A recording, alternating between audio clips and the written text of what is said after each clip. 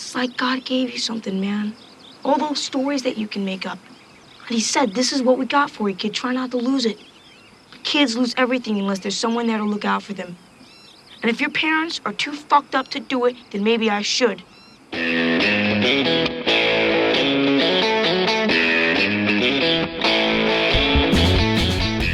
Hello and welcome once again to the Cine-Files, where we are continuing our season of Rob Reiner and continuing our exploration of Stand By Me. My name is Steve Morris. I'm a filmmaker and directing instructor in Los Angeles, California. Hello, everyone. My name is John Rocha. I'm a writer, producer, host, and voiceover artist here in San Diego, California. And of course, we could not make the Cine-Files without our incredible supporters on Patreon. You've already heard some of their fantastic questions.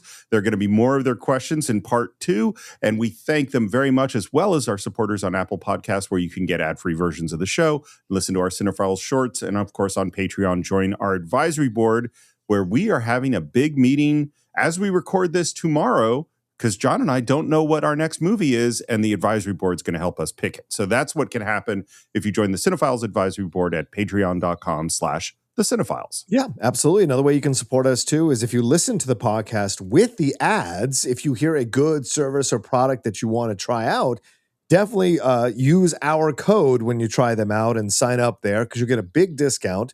And you'll also let those companies know that they should keep coming back and supporting us here on the Cine-Files. You're going to hear ads from Quince, BetterHelp, the Peace Corps, Mars Men, and True Diagnostic. And coming up, Hims will be on back supporting us as well. So a lot of brands are coming aboard the Cine-Files. So please do us a massive favor and support them and try out their products and services as an indication that you like them sponsoring us here on the Cine-Files. Steve, that was very long-winded. Let's get into part 2. Well, I think we should jump right in, and where we start, and again, it's the soundtrack, that great 50s soundtrack that's driving the show, and we go right into one of my favorite songs that I sang bass on in an a cappella group when I worked at the Lair summer camp, and that is Book of Love. I wonder who wrote the book of love. Yes, good song. I love that. Great song, and we see the guys in the gang are making cobra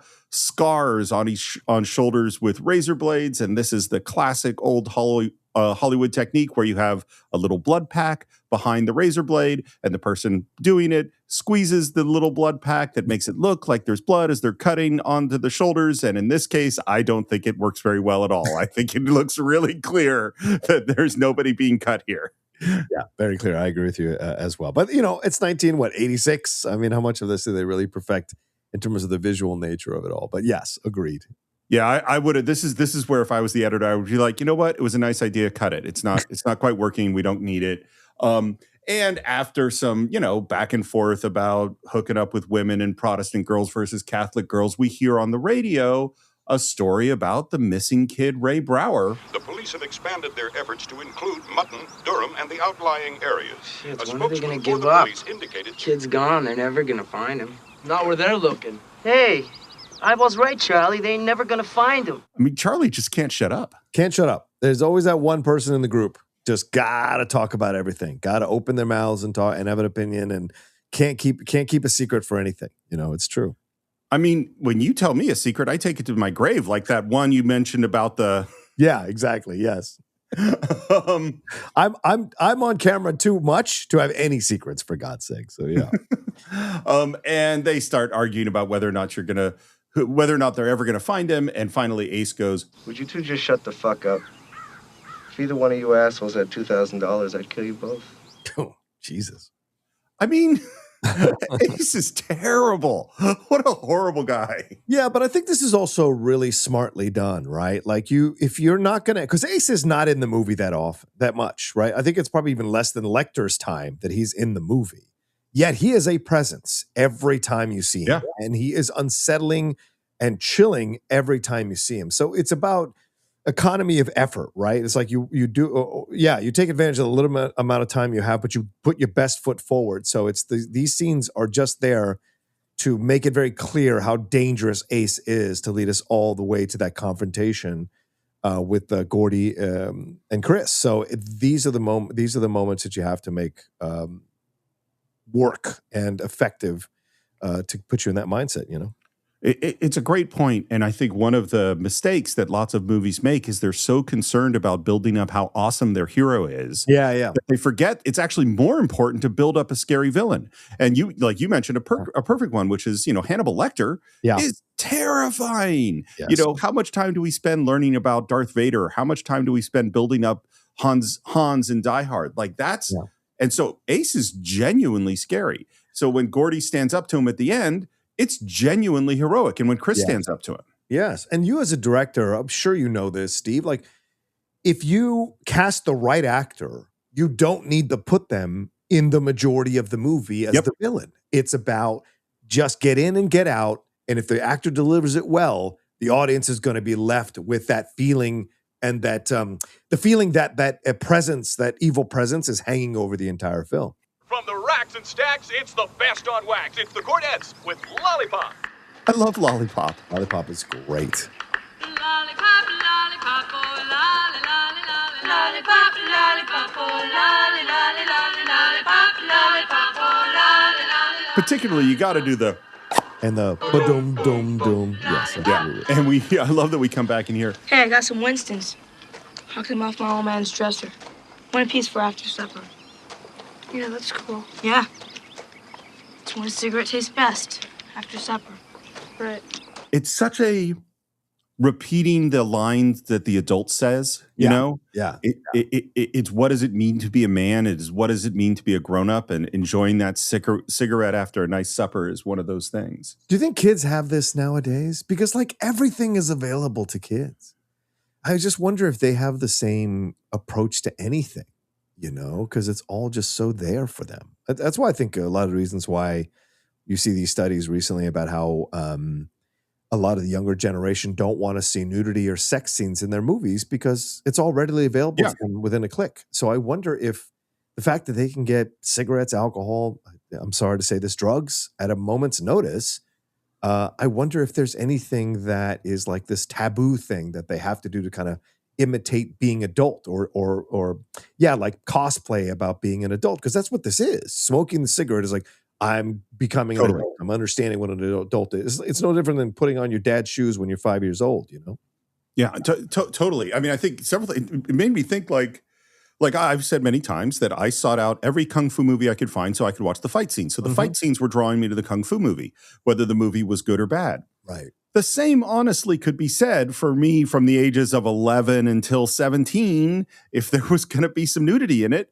I wanted to see the movie. Right. And that's not the case anymore. I mean, we talk about all these other reasons why people aren't going to comedies and why people aren't going to films. And the ubiquity of pornography is actually probably of something that needs to be factored in, 100%. I will just speak from my experience with my kid. My kid is not imitating the way that I say things or do. Well, he probably is on some levels. Right. But the words that come out of his mouth are all from memes. They're all from, quotes and things like that. And frequently I have no idea what he's saying because I don't know the meme. And then he looks at me like, which obviously I never was cool. I was never at any time in my life really hip on what was hip. Right. But now with my son, it's just like, he's like, Dad, how can you not know the blank meme? And I'm like, I don't spend my day looking at memes. Like I don't, I'm sorry.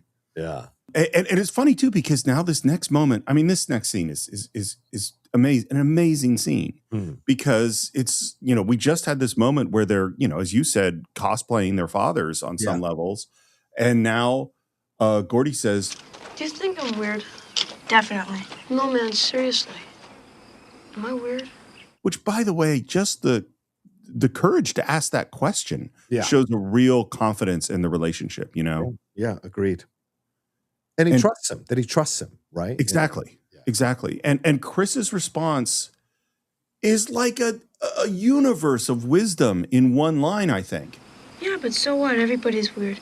I mean, if you're going to take, there's so many things to take from this movie, but for me, at least, everybody's weird is a big one. We're all crazy. We all don't know what we're doing. We all feel lost sometimes. It's only from the outside that everybody looks like they've got it figured out. None of us do. No, it's so true. You ready for school? No. Junior high. You know what that means. The next junior won't be split up. What's so interesting about this is I think Gordy asking if I'm weird, that's been in his heart for a long time. He's wanted to ask this question. He's thought about it a lot. And I think this thing that Chris says about, hey, next year we're going to be split up is something Gordy's never considered. Right. But Chris has been thinking about this for a long time. Yeah, it's very similar to Superbad. And I wouldn't be surprised if the guys took this idea from this movie to add that to the Michael Cera, oh God, what's his name? Jonah Hill relationship in the film. Because that is the prevalent argument throughout the whole movie is we're about to split up next year when we leave high school, right? That's high school. This is junior high. This is different. But like the bones of that are in Superbad from what we're seeing here, and you could even argue McLovin is Teddy. You could even argue that if you want to go that far. But like, this is the kind of thing where you look at it and go, okay, yeah, this is the thing that really happens. It's very universal. As he tells us later in the film, the friends you have at that point, you drift apart sometimes, but they'll never have friends like you had friends at 12 years old. And so these moments are about change. This is almost like a ritual of adulthood, like like a half step towards adulthood is this separating from friends to move into the next stage of your life, and not everyone's going to go with you. I never had the wisdom to see this coming ever. And there were so many times where I had here's the gang. And for me, I think I'm very loyal, and like to me, like the gang was going to be forever, and that wasn't true in elementary school. That gang went away, and the high school gang kind of stood on, but most of them went away. A few I stayed contact with, and then we had the massive gang at one point, and the only person I knew who said, "Hey, this isn't going to last. Enjoy it while you can," was Jeff Johnson. When do you remember when Vogel and Ross? And Sarah made this is literally two people who are listening out there. When you hear stories about this crazy group of friends that once existed in the era of Camelot, Mike Vogel, Mike Ross, and our friend Sarah Cowperthwaite, they made a documentary about our friendship. Where they interviewed all of us. And that's when Jeff said, hey, enjoy this while because this isn't going to last. Right. Because it was true. It was right at it caught us right at the cusp of all of us like trying to establish ourselves in LA, trying to establish ourselves as adults. And some of us were older, some of us were younger. It was like a 7-year age gap. But it was all right around that time where we were all trying to establish ourselves. And eventually people are going to get married. People are going to have kids. So Jeff was 100% right on that. What are you talking about? Why would that happen? It's not going to be like grammar school, that's why. You're taking your college courses and me, Teddy, and Vern will be in the shop courses with the rest of the retards making ashtrays and birdhouses. I really do think Chris has been thinking about this for a long time. It's such a brilliant element of this character because, he comes from a tough household, clearly. His brother allowed him to get beat up with his face put in the asphalt. He brings a gun to the situation, doesn't know it's loaded. But Chris is a sensitive soul. And sometimes people, as you said just a few seconds ago, Steve, you judge by what you see. There's more going on. And Chris, these moments are what make you believe that he did become a lawyer, that he did break out of this situation, because he's not a dummy. He's a guy who has an empathy for the world. And no matter what situation he was born into, he was born this way. And so these exchanges, and later when him and Gordy really have the exchange about if I was your father, I would treat you better. These are these things that he's a lot emotionally smarter than you might anticipate.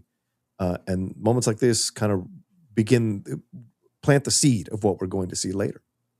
I was going to say this later, but I honestly think Chris is such a hero. And I think he is, I honestly think that Chris Chambers might be the closest to Captain America in any realistic movie I can think of. Sure. He is just so deeply committed to justice, to doing what is right, to caring about his friends, and self-sacrifice. He's just not, which is why he dies, because he's not Captain America. You know what I mean? But he's not going to see a conflict and not try to step into the middle of it and do the right thing. Yeah. You're going to meet a lot of new guys. Smart guys. Meet a lot of pussies is what you mean. No, man. Don't say that. Don't even think that. I'm not going in with a lot of pussies. Forget it. Well, then you're an asshole. It's fucking tough love from Chris Chambers right now. Yeah. Just like Ben Affleck to Damon at the end of Good Will Hunting. You know, it's like, if you're still here talking to kids, I'm going to kick your ass myself. You know, talking to our kids. He's just telling the truth. Sometimes you need that friend who kicks you in the ass. Maurice did that for me when I was at Charlottesville, Virginia, and I was delaying going back to school after I'd got out of the military. And he's like, if you're not going to be staying here anymore. You're either going to go to that college or you're going to get your own apartment and then just make a life in Charlottesville. But you're not staying with, because I'm not going to help you not go to Florida State and pursue this dream of being an actor. You know, he had to kick me in the ass. Those are the friends you cherish on so many levels. You may not like what they're saying at the time that they say it to you, but you will really appreciate it later in life, you know? It's so funny because I swear to God, the next note I have in my notes here is Good Will Hunting. Yeah. I had the exact same thought about this situation. I feel the same way that you did.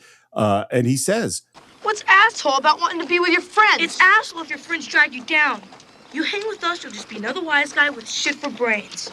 And then, it's funny. You know how we talked about when we did When Harry Met Sally, how so much of that movie was based on the conversations between Billy and Andy and Nora and Rob about relationships and all this stuff. Yeah. Well, all the little interstitial, what I would call the interstitial kid moments, are as Rob and the writers and Andy and all those people talking about what they talked about when they were kids. What were the things that obsessed them? And this is one of them. You think Mighty Mouse could beat up Superman? What are you, cracked? Why not?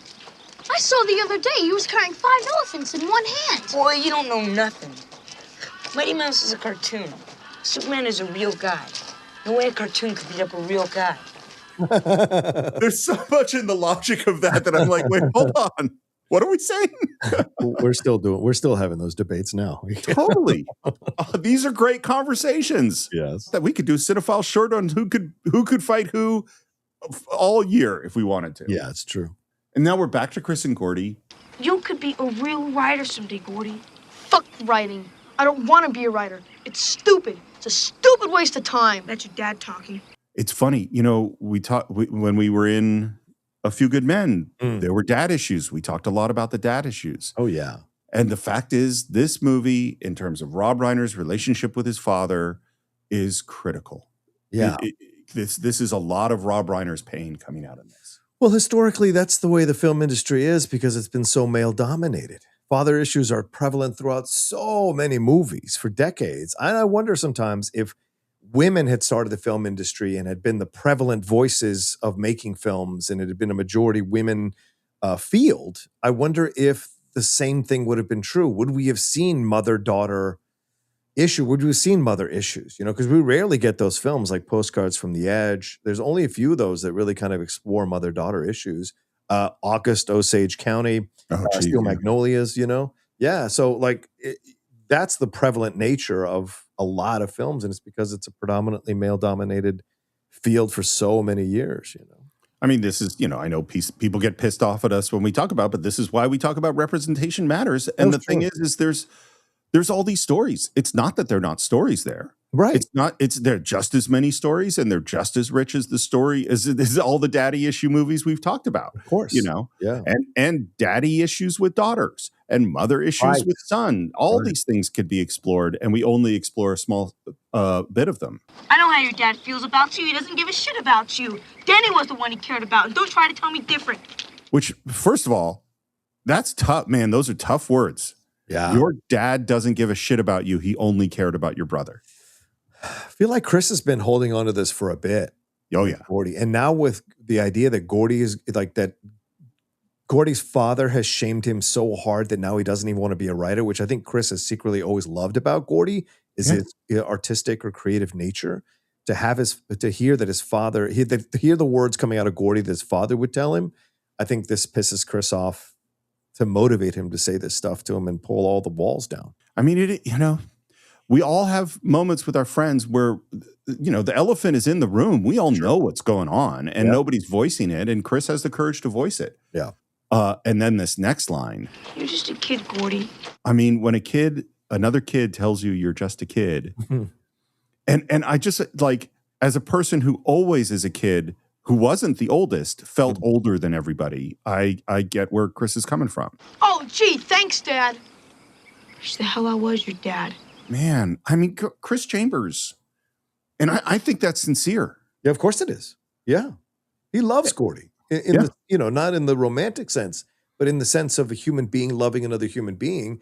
And he wants what's best for him. And he hates that he's seen what Gordy's father has done to him and beat him down, and so he's pushing back on him as hard as he can to get Gordy to stand back up and embrace who he really is. And him saying that, I wish I was your dad, it's that kind of thing that's like, whoa. It's not just that Chris sees Gordy in a way that Gordy's father can't and won't, but he actually does know what's best for Gordy on some level. Gordy, it would be terrible if Gordy didn't pursue writing. That would be awful.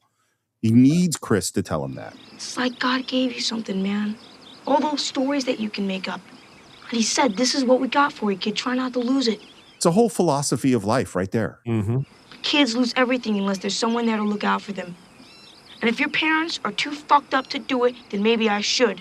Chris frames himself as an adult, even though he's a kid. Really powerful. Now, let's compare this, and this is occurring to me in the moment right now, to the scene we just saw with Ace. Ace is berating the guys, controlling the guys, insulting the guys, threatening their lives for a few $1,000s. And this is how he implements control. Why? Because he's insecure, he's ignorant, he's angry, and he's dumb. And this is how he rules. Now, he may be smart in knowing how to rule these guys, but he's not smart out in the real world. Chris, as the leader of this gang, is caring and empathetic and delivering tough love and wants what's best for them. Saves Teddy. Yeah, he messes with Vern, but that'll come later. He'll do something good. And with Gordy in this moment, it's really critical. He is stepping up and using his responsibility as the leader of this gang to get through to Gordy to be himself. He isn't trying to berate Gordy. He's trying to uplift Gordy. Why? Because Chris is intelligent. Chris is empathetic. He is caring. That matters. And that's the difference in who is a good leader and who is a shit leader. And I think the movie on purpose is constructed to show you the difference between Ace leading his gang and Chris leading the gang, Great points. I think I totally agree. I think for Ace, the gang exists to serve his ego. Exactly. And Chris exists to serve his friends. Yes. Because that is the ego stroke. Yeah, it's a complete, fundamentally different worldview. Yep. Come on, you guys, let's get moving. Yeah, by the time we get there, the kid won't even be dead anymore. And we go into another banger of a classic, which is Buddy Holly's Every Day. Every day, it's getting closer. Great remake by James Taylor. If you've never heard the great remake. Yeah, I have heard it. Yeah, it's great. And That's Why I'm Here album. Wow. Bro. James Taylor, bro. He's one of the most lovely voices in the world. And I always thought of him as this incredibly together guy until I listened to his autobiography and then heard like, oh my God, he's doing heroin. I also only then did I find out like he got discovered by making a phone call into someone who got him into Abbey Road where he met the Beatles. I mean, it's crazy, his life. Yeah. And stayed friends with them. Especially Harrison for the rest of his life. Yeah. There's nobody I've seen more on stage than James Taylor. I've seen him, I think, 8 times in concert. Wow. And I don't go to concerts. That tells you how much I love that man. I've seen him once and it was fantastic. It was, right? Oh, it's so good. And his backup singers are amazing. Mm-hmm. Like, it's just a great experience. And now we've reached probably among the most famous scenes in the movie, which we were at the trestle. Oh yeah. And this is shot in Redding, California. It's genuinely 100 feet above the water, this trestle. It was very scary. And the camera goes up and up, revealing just how high up they are, how big this bridge is. And the first question they ask is a very important one. Any of you guys know when the next train is to? We could go down to the Route 136 bridge. What are you, crazy? That's 5 miles down the river. You walk 5 miles down the river, you gotta walk 5 miles back. Teddy is determined to go. Yeah, of course. Vern doesn't want to. I think Gordy is wavering. But the moment that Chris decides to go, that's it. And they start to go. Gordy reaches down and feels the tracks, which seems like a smart thing to do. It doesn't seem like it's very effective. Beautiful shot from the side as they walk. By the way, there was a trestle in Stephen King's neighborhood growing up, and it was a very important rite of passage for kids to cross it. This is one of the first sequences that Rob Reiner really storyboarded out. They needed to know exactly what the shots were to construct this whole thing. When you're looking at the really far wide shots, those are stunt doubles on the actual trestle. When we're in close-ups, they're not on the trestle at all. They're just walking somewhere else. And then they also do the same trick we talked about before, which is extremely long lenses. Like forget what it is. I think it's a 600 millimeter lens that gives you the sense when the train comes that it's much closer than it is. So all those techniques are being used. Chris and Teddy are pulling ahead. Gordy is behind. And in it, Vern is crawling across the bridge. And there's actually a deleted scene that explains this, which is in the deleted scenes, Teddy is kind of goofing, unsurprisingly, as he's going across the bridge, starts walking backwards, doesn't realize there's a slat missing, falls through the bridge. Oh, wow. Catches himself on a slat and is hanging, and Chris saves his life. Oh, wow.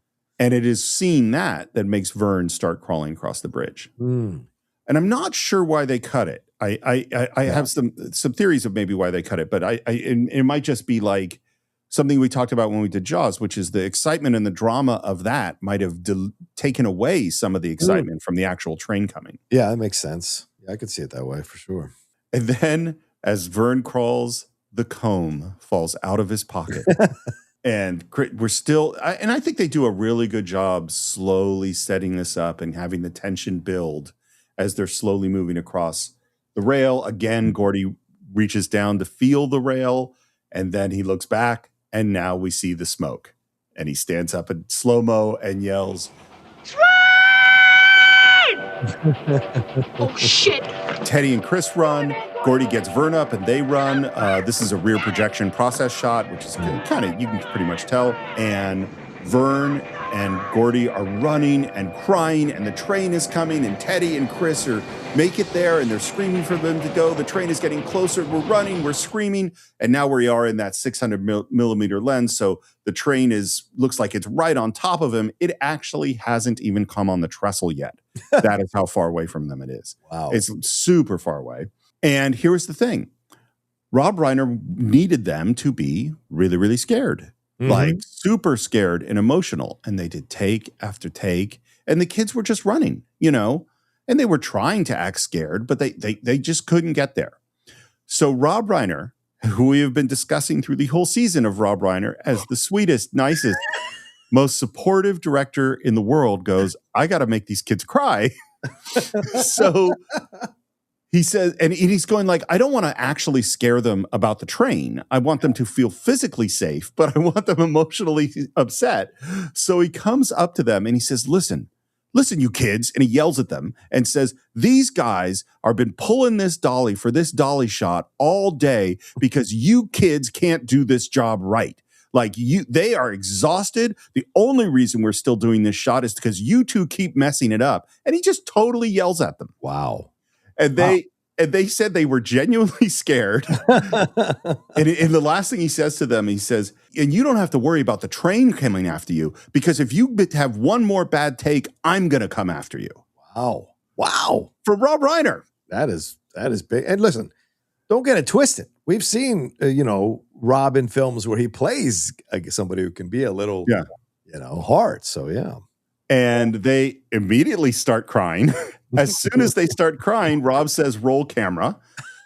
They do the take. It is fantastic. And the thing that they said right after the take, Jerry O'Connell and Wil Wheaton run up to Rob Reiner super happy. Yeah. And they say to him, did you see what I did? I was really crying back there. Yeah, I was really crying. And Rob said, what he said is, he said, if he's any good as a director, it's because he was an actor. Oh, yeah. And what he says is, it's like having a coach who has actually played the game. Like if you asked a player to make a 20-foot jump shot, you should be able to make a 20-foot jump shot. Yeah. And this is, I think I said before, this is the acting moment for Wil Wheaton, where he understood what an actor's director was, what it meant to be an actor, what that was really about. Well, they're so believable. him and Jerry when they're running. The screaming and the crying, all of it. I'm just like so caught up in what they're doing. Actually, it struck me how believable it was when I was watching it for our show. So yeah, whatever Rob did, it was effective. So they just, of course, in time, make it off the tracks, fall down the hill in the dust, and then we hear, Hey, at least now we know when the next train was due. By the way, I want, Steve, I used to do a lot of conversations on our show about symbolism, right? Symbolism. I don't do it as often as I have in the past. But I will say this, them having a conversation about you taking shop classes, we're going to be breaking up.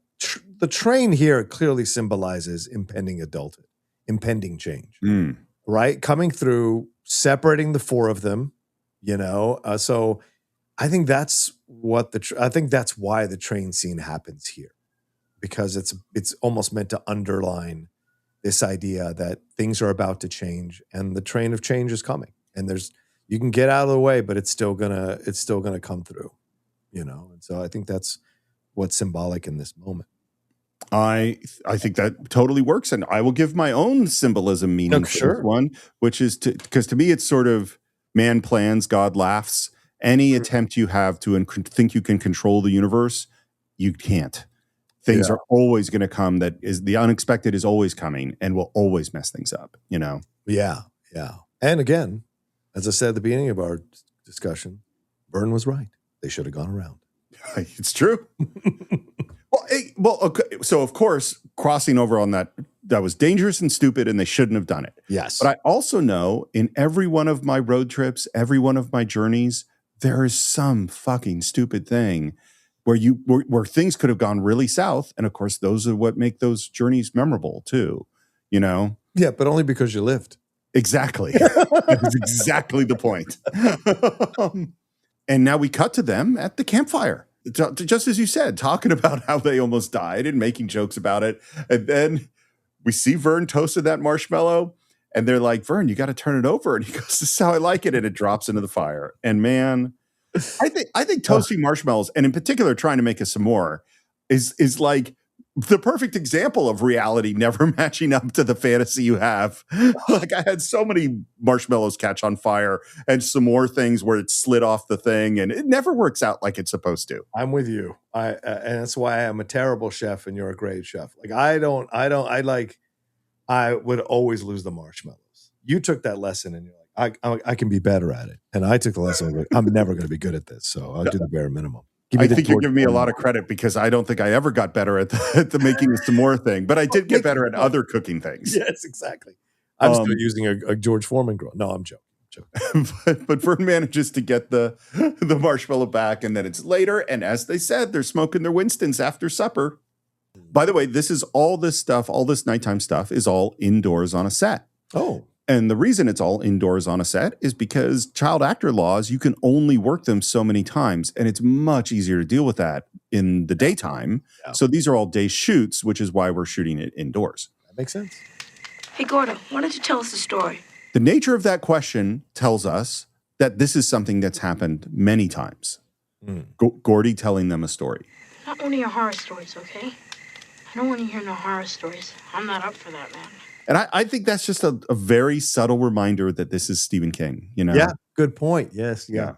I think this whole scene is Stephen King, but yes, we'll get to that. Oh, 100%. I agree, yeah. And Gordy says, and this is obvious that he's been thinking about this story for a while because he has it ready. Well, the one I've been thinking about is kind of different. It's about this pie eating contest. And the main guy of the story is this fat kid that nobody likes named Davy Hogan. And again, we have people chiming in. Like Charlie Hogan's brother, if he had one. Good, Vern. I mean, that's such dynamics of groups. And when I'm telling stories, there's always someone piping in, like that.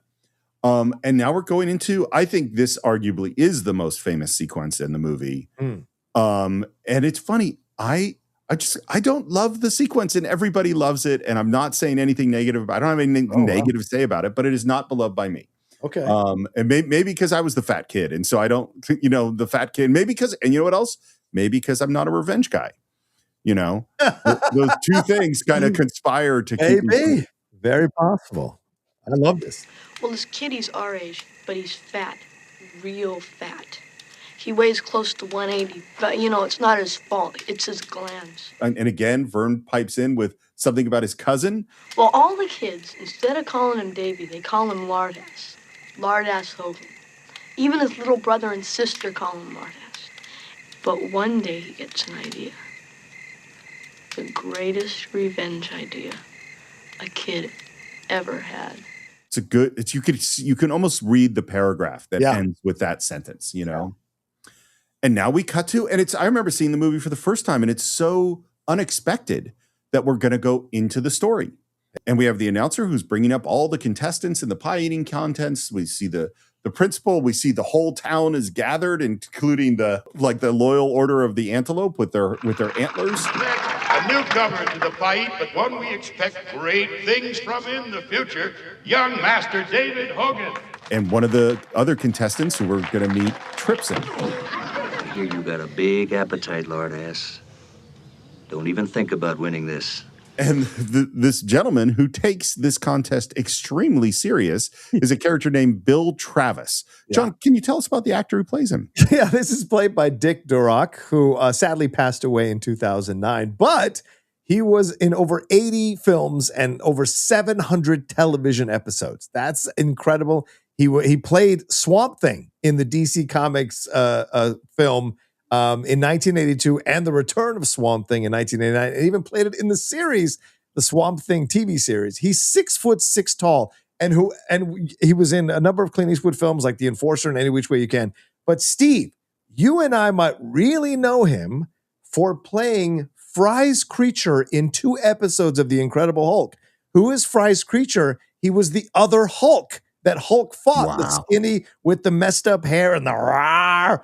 That is Dick Durock in makeup as the other Hulk, the anti-Hulk, shall I say, that he fought for 2 episodes in the show. And when I found that out, I was like, oh my God, because that look has stayed with me since I was a kid. That creature has freaked me out since I was a kid.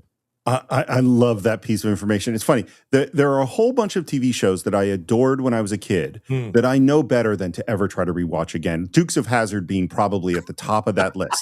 Like, I loved it. I thought it was the coolest show in the world. Don't ever go back. My feeling is, I think Incredible Hulk, because it was kind of serious. And I've never watched it since I was a kid. But I bet parts of it hold up. I have watched episodes as recently as last year. And I was blown away at how much of it still holds up the right. And there are versions of it that have been up-res, so it looks kind of HD, whatever the term may be, but it looks HD. And you're able to appreciate it even more so of what they do. And Bill Bixby's performance is still damn good. And some of the storylines, you feel the ache and the pain of him in almost every episode of what he's dealing with. It's amazing that it still holds up. I'd recommend it. Is the theme song on your TV theme song mixtape? 100%. Both the opening and the ending. Because the opening is like... And the ending is... Dun, dun, dun, dun. Yes, the ending of that. And then dun, dun, dun at the end. Yeah. So yes, both the opening and the ending themes are on my TV theme list. I think we are going to do some kind of a short or something on Patreon exclusive to go through this mixtape and discuss, because I think it'd be totally fun. I would have so much fun doing that with you. And he is the many times champion. I think this is his claim to fame, is that he is the guy who can win the pie eating contest. Yes. Boy, are you fat. Don't pay any attention to those fools, Lardass. It's Davy. And then as so I started to call him Lardass. as Davy walks out, the entire audience on every step starts to go, Boom, baba, boom, baba, boom. It's so incredibly mean. I mean, it's just terrible. The whole town is gathering in to shame this fat kid. It's brutal. Hey, Lardass, chow down, wide load. Go! Now, I am not clear about the rules exactly of this pie eating contest, but they seem pretty thin. Yeah. They don't have to finish the pie. They just eat a certain amount, and whenever they say done, they give them another pie. The old man with the flag checks to make sure you've eaten the pie. Yeah. It's no different than one of those... what I used to do when I was in CrossFit, you've got a judge at every station who said, yes, you've done all the required number of reps rather correctly, and then you can move on to the next thing.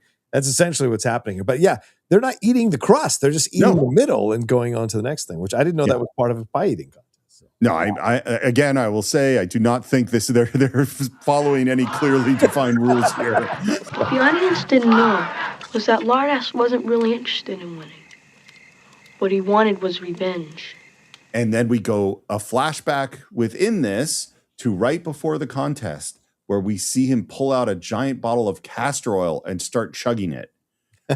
Castor oil was never a thing I had to do, and it's mostly I don't think kids have to do it anymore at all. But it sounds horrible. I only ever saw it in the cartoons. I had no idea it was a real thing. Yeah. Oh no, it's a real thing. This is how they got you to clean out your system. So, like, you know, before you go to a colonoscopy, it's that was this version of that. Wow. Oh yeah. And he chugs that down and then opens up a raw egg, which this actor really had to do. Drop the raw egg in his mouth and eat that. So nasty, super nasty. We go back and, you know, again, Hogan is continuing to go through pie after pie. The big competitor, the ex-champ, he's getting real worried about this. This is looking like a real problem. Diving into his fifth pie, Lardass began to imagine that he wasn't eating pies. He pretended he was eating cow flops and rat guts and blueberry sauce. By the way, the pies were donated by a local bakery in the town in Oregon, and every year that town has a Stand By Me festival where there is, of course, a pie eating contest. Wow. Have you ever done a pie eating contest? I have not. I have never done an actual real eating contest. We used to have things like at camp where it's like, who can eat the most tacos? But I've not actually done any serious competitive eating. You didn't put 26 eggs in your mouth or whatever it was for Cool Hand Luke. It was 50 eggs. I'm almost positive it's 50 eggs. 50, I did 2 or 3 eating contests. I was terrible at them because although I was a fat kid growing up, it's not because I was eating a shit ton of stuff. I just would eat bad stuff. And so when I tried to do those, I was blown away in the first round, rather. I never got out of the first round because I was amazed at how many people. And you know what? You know who ate the most? The fucking skinny kids, which was even more of a mind fuck when you were sitting there going like, how come I can't eat as much as the skinny kid can put away? You know, so it was crazy. As a fat person, fat people, yes, fat people walk around. People think it's one of the big issues where you can't hide it. You can't pretend. You can pretend you're not an alcoholic. You can only smoke when nobody's looking. But if you're a fat person, then the people all they just go, oh well, that's all. And the thing is, and I'll just get a little on my high horse. I do not eat that much more or even any more than most people. I just get fatter with the same food. And so and the idea that, I mean, it is so documented. I bet if you look at competitive eating, I'm sure there are some big fat guys that are great at competitive eating, but that is not the determining factor on who can win a competitive eating contest. Look at Joey Nathan. Or Joey Chestnut, whatever his name is. Joey Chestnut, the hot dog eating guy, he is skinny as fuck. And he eats like 75 hot dogs. And he is dipping the bread in water. That's how he's doing it and shoving in like 70 damn hot dogs. It's insane. It's insane. I mean, the guy who invented that, whose name I think is Kobayashi, Japanese guy, tiny. Agreed. Yeah. Anyway. Back to Lardass. I'll just call him Lardass. That's his name in the movie. I feel bad about it, but I'm going to keep calling him that. I love the sounds of his stomach as the castor oil and raw egg starts to work its magic. And before Bill Travis knew it, he was covered with 5 pies worth of used blueberries. Now, this is clearly a vomit hose. They're not making any. Totally. There's no. I actually think it probably works better because they didn't really try to do realistic vomiting. If they did realistic vomiting, it would make us sick. But because it's so ridiculous, I don't think it makes too many people sick in the audience. Also, because the child is telling the story. It makes it a little less. By the way, in case you're interested, the vomit is a mix of blueberry pie filling and large curd cottage cheese. And we hear, the narration is great, and the visual is just over the top and ridiculous. Girlfriends barfed on boyfriends. Kids barfed on their parents. A fat lady barfed in her purse. The Donnelly twins barfed on each other. And the women's auxiliary barfed all over the benevolent order of antelopes. and Lardass just sat back and enjoyed what he'd created. A complete and total barforama. Which you can again see the paragraph, and that is the last line in the short story as Gordy will write it when he writes this thing down, if he hasn't already. Yeah. And I wonder if this was like a throwaway story that King had written just early in life and threw it into this story, or if it was created for the film. I don't know, but it's really well done. I wish I knew the answer to that. That's a great question. Because certainly I'm sure Stephen King is perfectly willing to recycle old material that never found a home, you know? Yeah. And we're back at the campfire, and the kids absolutely cheer. Oh, man, that was the best. Just the best. Yeah. That would happen. What do you mean? Dude, as a writer, as a person who tells stories, what is about to happen in this scene is exactly the way it is. This is absolutely Stephen King and Rob Reiner taking a shot at critics. 100%. This whole section of the scene is that.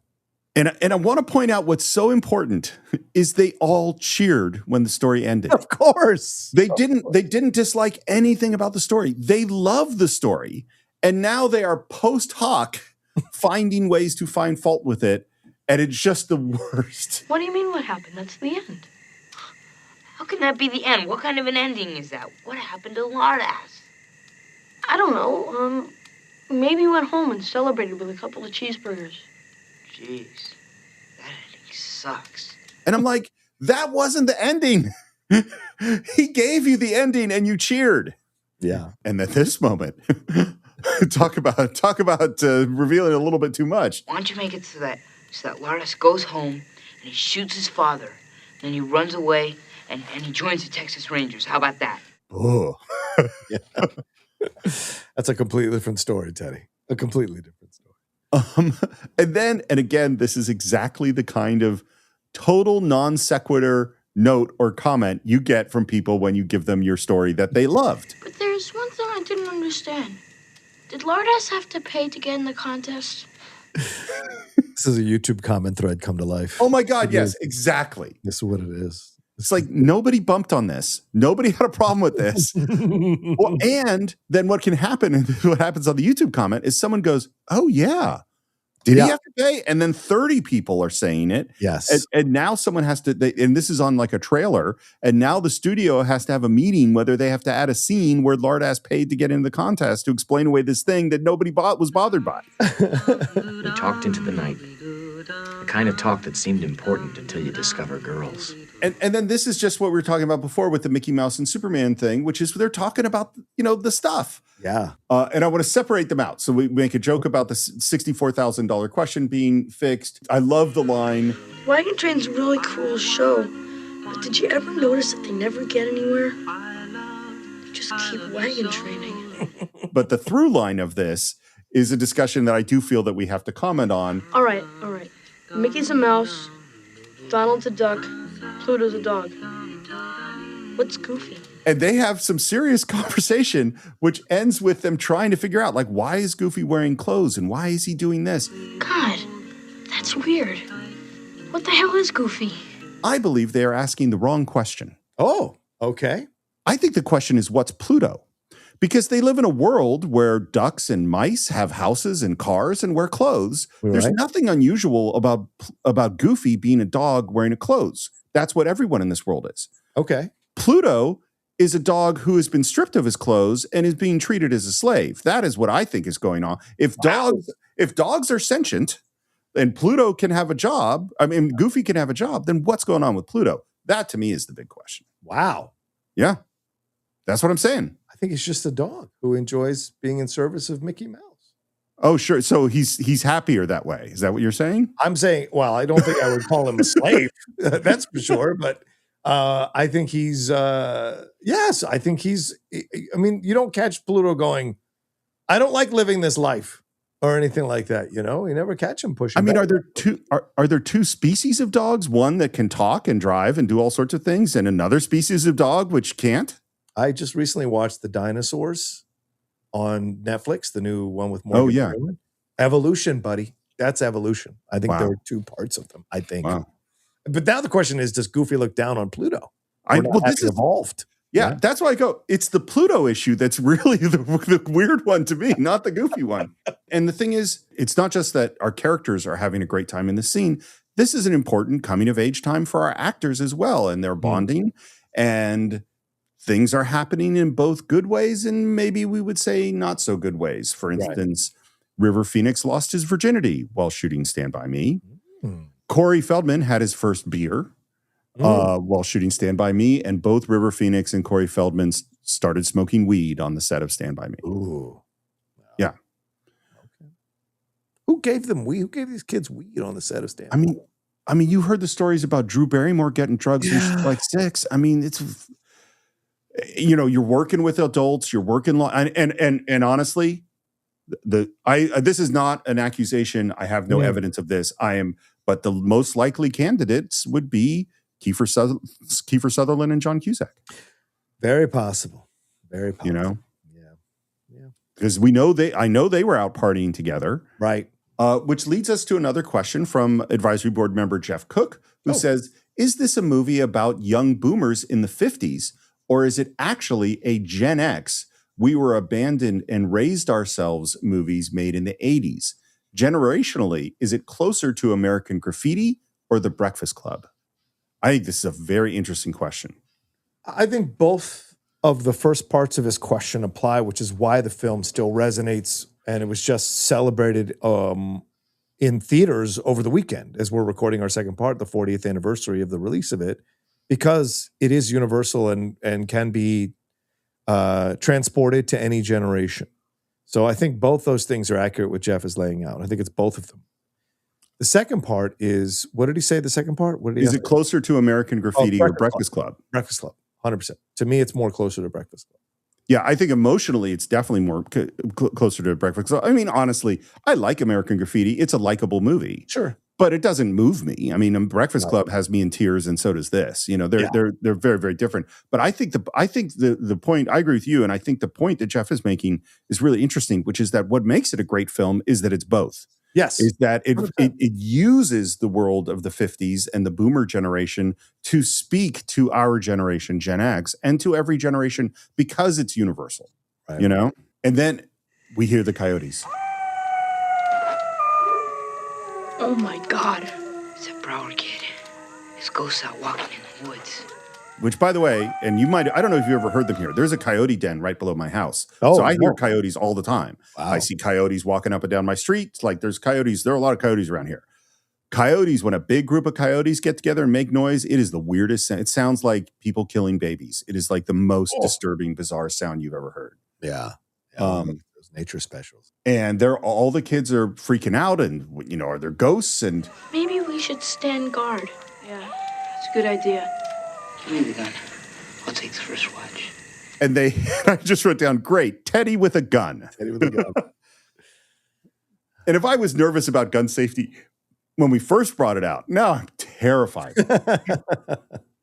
Because Teddy has his finger on the trigger and we know the gun is loaded and he is, you know, playing games like Teddy does. And next, if I wasn't already freaked out by Teddy with the gun, next we have Vern with the gun. Totally terrifying. Yeah. Scaredy cat. Yeah.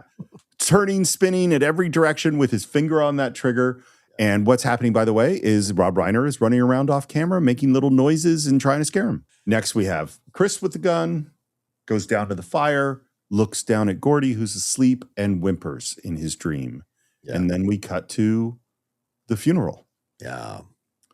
It's very, very blown out and glowy. It's overexposed. And what they probably did, this is because this is a shot on film, that what I believe that they did is something called flashing the negative. Have I told you what this is before? No, please. I remember learning this in film school because we were shooting on film. So obviously you're going to set an exposure based on how much light you have. And that's going to determine, you know, how bright the image in the thing is. Well, what you can do is you can flash your negative before you film. So you just hit it with a tiny bit of light. And what that does is it brings everything up essentially one stop, or you can do a half flash too and things like that. So Wow. what it does is it essentially there is no black in the whole piece of film because the entire negative has been exposed just a little bit, which kind of lifts everything up and gives you that sort of blown out, sort of ghosted quality by pre-exposing the negative a little bit. I believe that's what they did here. Wow. We're watching the body being lowered into the ground. It's very upsetting. Yeah. And the camera pushes in on Gordy and Dad turns to him. Oh, should have been you, Gordon. You think this is the first time he's had this dream? No. Hell no. Nope. Yeah, he's had this dream a lot. And wakes up with a start. Chris is there. And the first thing Gordy says is, I didn't cry at Denny's funeral. he'd been carrying that one around too. Yeah. I miss him, Chris. I really miss him. I know. And he goes up to stand guard again. Gordy goes up to sit next to him.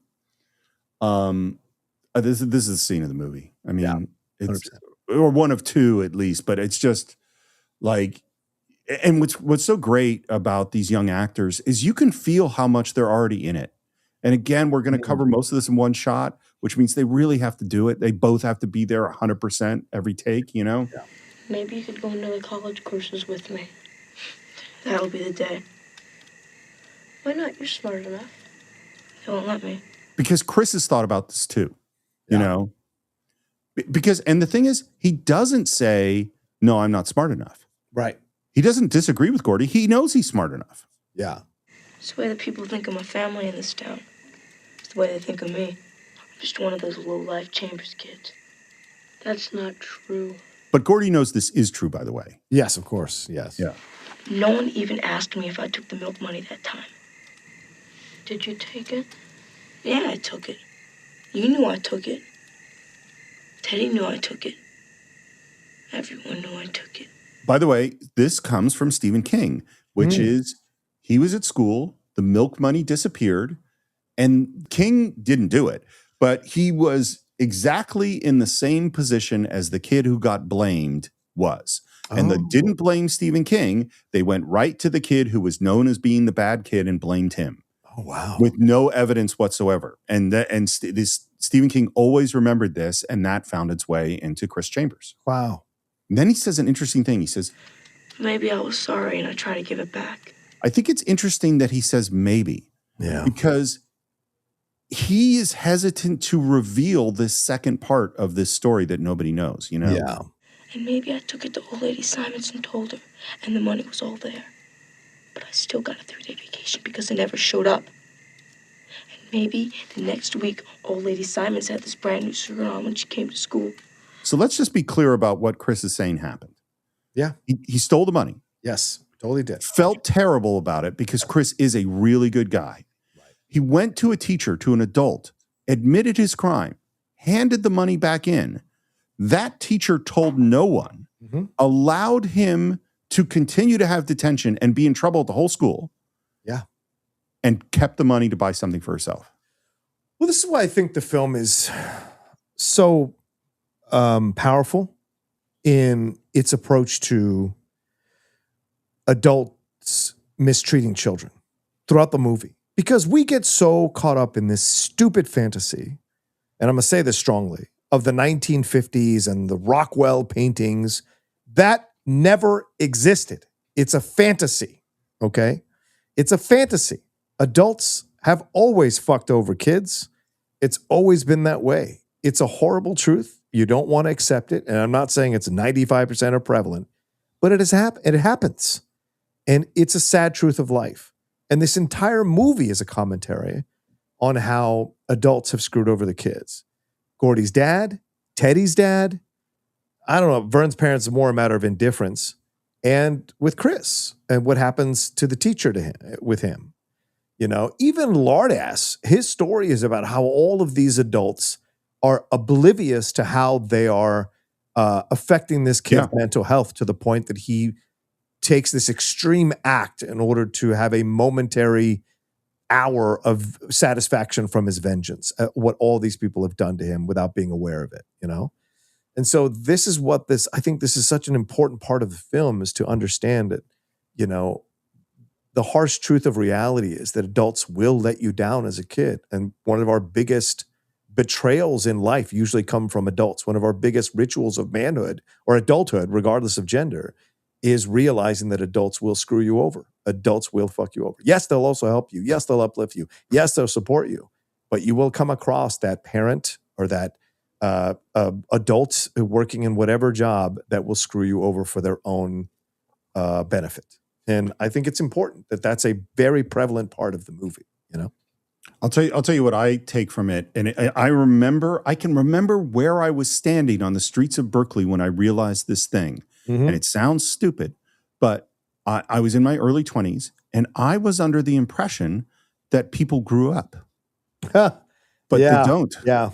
I mean, like, yes, we mature and some people grow up, and yes, you maybe don't make some of the mistakes but adults do just as many stupid, irresponsible, cruel, terrible things as kids. And sometimes they're just as petty. They're just as shallow. It's the same. People, and what we see throughout this whole movie is adults who didn't, the pettiness of Gordy's fucking dad and horribleness of him. I mean, that's like that. No, the idea that you're mature and you would do those kinds of things is awful. Yes. And Chris he's worked out what's going to happen. He talks about what would happen if he told the truth. Me, Chris Chambers, kid brother to Eyeball Chambers. Do you think that anyone would have believed it? Oh. And do you think that bitch would have dared tried something like that if it'd been one of those douchebags from up on The View if they had taken the money? No way. Hell no. But with me, I was the stupid one for even trying to give it back. Just never thought. I never thought the teacher. And then Chris burst into tears. And I mean, it's an amazingly honest and powerful moment. Oh, so fuck anyway. I just wish that I could go someplace where nobody knows me.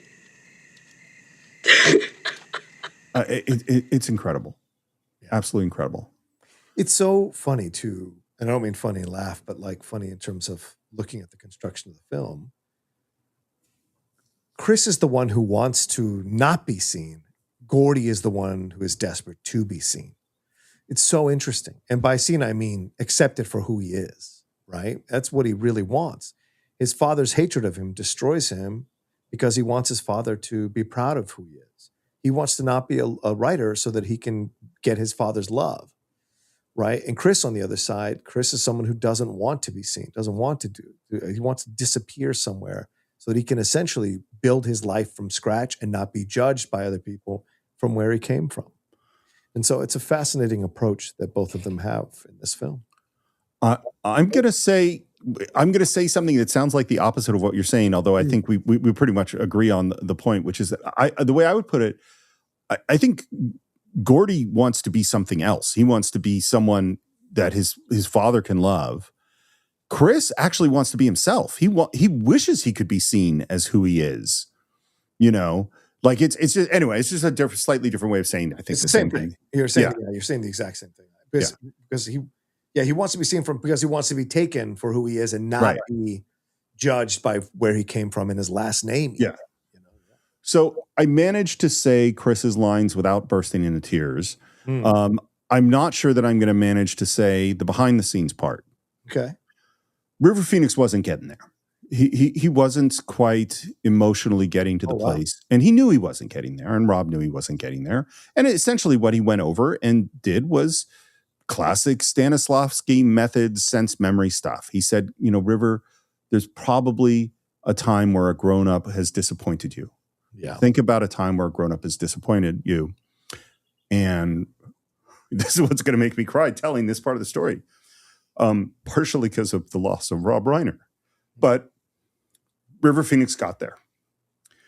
And when you get there, and I'm sure you've been there as an actor, you can't just shrug off the emotions right after. Right. Because what good acting isn't faking emotions. Yeah. What good acting is experiencing the real emotions. Right. And River Phoenix was in there. And Rob took him and held him in his arms and told him he loved him. Damn. Yeah. There's a lot of the reality of what these actors bring to these characters that have come from their own lives. You were mentioning it earlier about Wil Wheaton in our previous part. I think I mentioned the thing about Jerry O'Connell, how he felt, he'd felt he'd messed stuff up. He was kind of told by his family that he messed stuff up. So this is one of the reasons why this film is so powerful, is because these kids were young enough that they could bring their own experiences into what they were doing.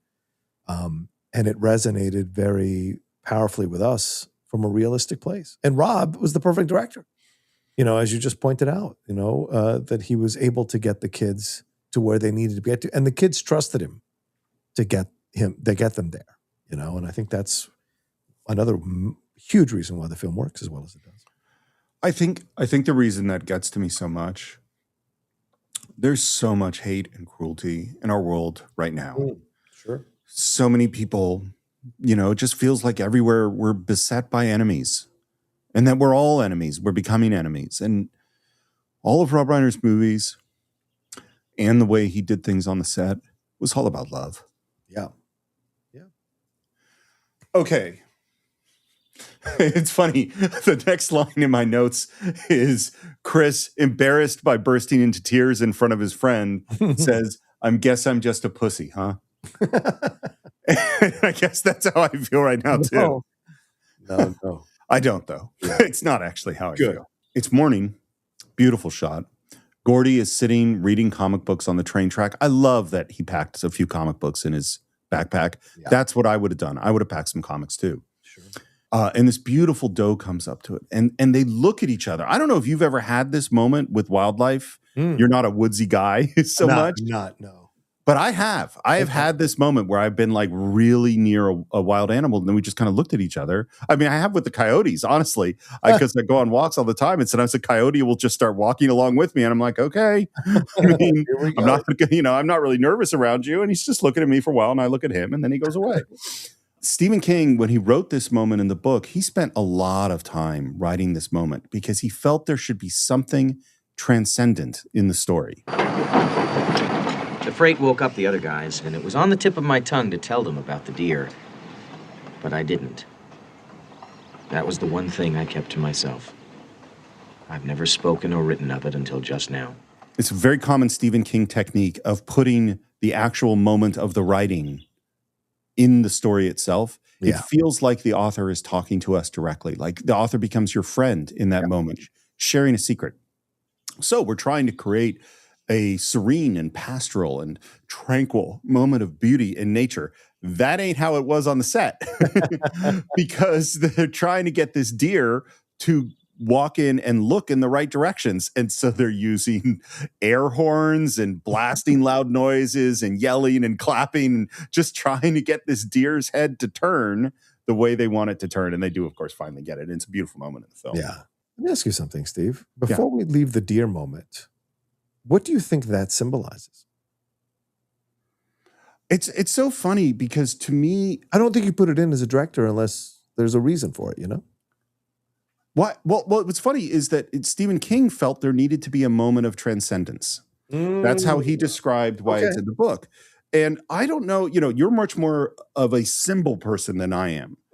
But to me, to me, it's not, I don't care about what the meaning is as much as what it means for the character, how it feels. Right. That's kind of where my brain is. And for me, like I said, I've had this moment of like, you're alone in nature and there's some magical thing and you are the only one to experience, who will ever experience that particular moment. And just sitting in that, like, that's how it feels to me. I don't necessarily put a symbol on it. What about you? Well, yeah, I think, because there's a great scene in The Queen. Remember when Helen Mirren sees the stag, right? Yes. And to me, it's always it always seems to occur in a movie when there's about to be a change or a person embracing a little more power and their voice, right? And I think there's a way to look at it as like this innocent creature amongst the danger of the forest or whatever, right? And it's almost can symbolize them as kids in the dangerous world of adults. You know what I'm saying? You can see that. But the fact that only Gordy sees the deer, I think, is a symbol of the fact that he is going to change, evolve as a person. And so that's why I think it makes sense. He's the sensitive soul in the jungle, you know, and so, or in the forest, whatever. And so I think that's the symbolism of it. When I look at it, of course, it could mean any number of things. It's the next morning and they're walking along the tracks past the big water tank, which is, by the way, Rob Reiner's favorite shot in the film. Oh, nice. With our stomachs rumbling, we pressed on toward the Royal River. The reality of Ray Brower was growing and kept us moving despite the heat. For me, the idea of seeing that kid's dead body was starting to become an obsession. Yeah. They stop, we look out at the river, and they realize that the tracks are not going exactly where they want to go. And they're deciding whether they're going to cut across the fields. And of course, Vern is, and you're right, man, Vern is always right. Vern is resisting this. Yes. And they rush off. And finally, Vern has to go along because it's not going to get left alone. And we're now with the guys. It's so funny how we just check in with Ace's gang every few scenes. They're fishing. And again, the subject of the Brower kid comes up. You know that Brower kid? What about him? Well, I could tell you something about him, but you gotta swear in your mother's good name you ain't gonna tell nobody. Billy and Charlie had managed to keep their enormous secret for about 36 hours, a personal record for both of them. So Ace is convincing them to now go look for the body. Yes. Okay. You stated your position clearly. Now I'm gonna state mine. Get in the fucking car. Now! Let's go. I think Ace is here to protect democracy, not practice it. Although actually he's not even there to protect democracy. No. You know, one of the interesting things that we haven't talked about this movie? Okay. It's an R-rated movie. Yes. I mean, there's so many F-bombs in this movie. Yeah. And it's a kid's coming of age movie. It is. There had to be arguments like, why are you doing a kid's movie that the kids can't go to see? Yeah. I mean, and yet it's obviously was very successful. Yes. Well, the choice to leave the tracks wasn't necessarily the best choice, John, because now the mud is getting deeper and deeper. You always get to this point on your long journey where it really gets hard. It becomes a slog. And that's where they are now. They come up on this bog, which, by the way, this is built for the movie. This isn't this actually is all perfectly fine and clean. It is not some disgusting bog, although because of shooting scheduling, they built it, but then they didn't shoot in it right away, and it sat for several days, getting a little nastier as they got closer to shooting it. But it was built for the thing, and they're trying to decide how deep it is, and Chris puts a stick in it, goes, it's not that deep. They all start walking forward, and they should have put that stick a little further because suddenly the bottom drops out, and they all go in. Told you we should have stuck to the tracks. And immediately, and this is what you do when you're a kid. Teddy dunks Vern, and now everybody's wrestling, and Chris is wrestling, and Gordy, the nerdy one, is trying to quietly slink away and get out of the way so he doesn't get involved. Chris sees him, and they go after Gordy. And they need it. They need this moment, right? Because there's a lot of serious stuff has happened over the last few minutes. And now they're all wrestling, and they're all laughing, and everything seems great because this is what kids do. And then Gordy says, Vern, there's something on your neck. Yeah, right. I'm not falling for that one a chance. No, Vern, there is something on your neck. It's a leech. Leeches! Oh, my God! And then the freak out. And oh, my God, when they take their shirts off and they're all over their backs and all the, pulling them off. I mean, it is awful. Yeah, 100% awful. Oh. And as I said, I think I've said it before, I have had leeches on me once. I was in a river in Israel, but they were not this big. They were little tiny leeches. They were not giant suckers. And then, man, they're pulling the leeches off each other. And then the moment where Gordy senses, because you know what leeches do is they have they secrete an enzyme that numbs your skin, so you don't feel it when they bite you. Oh. That's what makes them so you could be in there and have a whole bunch on you and not know it. I didn't know that. And then there's the moment where Gordy senses something is amiss. Very carefully pulls out the waistband of his underwear to look down, and from his reaction, we all know what's going on. And by the way, this exact thing in this position happened to Stephen King. Whoa. So I've heard. Wow. And I think Gordy has a perfectly justified freak out at this moment. Fainting and freak out. Yes, I agree. And I love that the first thing he says is, "Oh shit, Chris." Yeah. Is that because Chris is the guy? And finally, everyone's watching, and he reaches down and he grabs it and pulling out that bloody leech, because you know where that blood's coming from. It is a moment, and he faints dead away. Yep. And they freak out because it's, you see a guy faint. That is very, very scary. They check that he's breathing, and now they're getting dressed. And we have a really interesting shot because Gordy is in the foreground in profile. Yeah. And the guys are out of focus in the background. And they're kind of talking about him. He's still a little out of it. What's your problem, dude, champ? He had a leech hanging from his balls. He fainted. What are you, his mother? Eat shit. You eat shit. Hey. I think Chris is right. Let's go back. And now the argument is getting bigger and bigger. And we're back to the shot with Gordy in the foreground. And he finally yells at them. Break it up. Break it up. Stop it! And he gets up real strong and says, I'm not going back. and I think it's important that he says, I'm not going back. He doesn't say we're not going back. It's totally up to them. They can go back or not go back. Right. He is deciding for him what he has to do. Yeah. And I also think it's important that Vern stands up to Teddy. I think that's a great point. Yeah. Sequence too, because that's what ends up causing Gordy to finally look over and say something. And I like it's Vern gets that rare moment to stand up to Teddy, who's essentially been bullying him. Well, they've all kind of been bullying him throughout the whole movie, but he finally has had enough. And I love that he jumps on top of Teddy because Teddy is all bluster. And so that's what eventually sparks Gordy to say something. But like, I think what Gordy the whole time is doing, and we've seen this, Steve, in many films, like when you have a near-death experience, and essentially that's what qualifies in this situation for a near-death experience, along with the train, is that you come out a different person. And he is more than ever determined to go to this body because the body symbolizes to him independence from his dad, I think, in a lot of ways. It's like to him, he's going to do what he's going to do. And he's kind of tired of, after Chris has talked to him, after he's really come to terms with all this stuff, I think this is him kind of finally grabbing his voice and leading the gang, right? It was Chris who had led the gang. Now he's saying, we're going, whether you come with me or not, I'm going. And it's what motivates the gang to follow behind him. So in a way, he's kind of taken the lead from Chris in this moment because now he is clear in purpose. And I think it's great. I think it's a super important moment. And I think it becomes, you were talking about symbolism before. Right. This dead body is a symbol. It is a symbol of all sorts of things for these guys.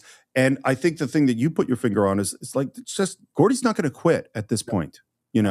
He has to see this thing through. It doesn't, and this is, and a lot of stuff that we do doesn't, let's say you climb 99.9% to the top of Everest and stop 3 feet away from the top. You didn't get to the top. Yeah. Like there's something about seeing the thing and of course, no disrespect to someone who didn't get to the top of Everest. And it's a very hard thing to do. I don't mean to say that, but I am saying like he set this as a goal and now he's got to go through with it, you know? Right. And he just starts going, and that's the other thing too. It's not a discussion. He's going. Yeah. So they go with him. At the time, I didn't know why I needed to see that body so badly. Even if no one had followed me, I would have gone on alone. And now we have a hard cut to yakety yak from the coasters, and we're out driving in the car, but the gang is split into 2 cars, and they start racing. Yeah. Ace on the wrong side of the road, and they're neck and neck, and suddenly we see a truck in the distance coming towards Ace. And so I forget who's driving the other car, but he thinks he can win. Finally going to beat Ace, except that Ace is not going to chicken out. Nope. This is, by the way, their tribute to Rebel Without a Cause. This moment. Oh, nice. And man, Ace is not only is Ace goddamn crazy, and not only is just he makes it a habit of just knocking down mailboxes in the neighborhood and probably all sorts of other things. I mean, he could have gotten all of them killed. Yep. Doing this. It is absolutely nuts what happens. He's a sociopath for sure. He's not getting out of the way, so the truck swerves to avoid him. The logs go everywhere, and of course, Ace wins. You let him win, you cock knocker. We're walking on the tracks again, the woods are very windy. It was very important to Rob Reiner that this be windy. So they had every wind machine they could get in the state of Oregon to make this happen. And then they even have lines on specific branches of trees and PAs and other crew members behind the trees who could wiggle the lines to make specific branches move at specific times in specific ways. They're walking, looking for the kid. And right as they're about to get to a kid, if you look, there is one particular tree branch that seems to be moving a lot more, almost with a mind of its own. As I said, we have crew members on the tree branches, and these are, complicated shots, and we have dolly moves and stuff like that. And at one point, one of the crew members forgot to pull on the line for their tree to move the tree branch. And so I believe it was the AD at the top of their lungs yelled to this crew member whose name was Carol, "Carol, yank your bush." Oh my God. Whoa. So needless to say, that stopped shooting for a fair amount of time. And the next time they did the take, Carol made sure to yank her bush real well. And I bet if you watch these shots right before we get to the body, you'll find where Carol's tree was. And then Vern spots the body. Of course, Vern spots the body. Yeah. Vern's been right the whole time. So Vern spots the body. In defense of Vern. Yes. We should have a whole Vern fan club. Justice for Vern. Justice for Vern.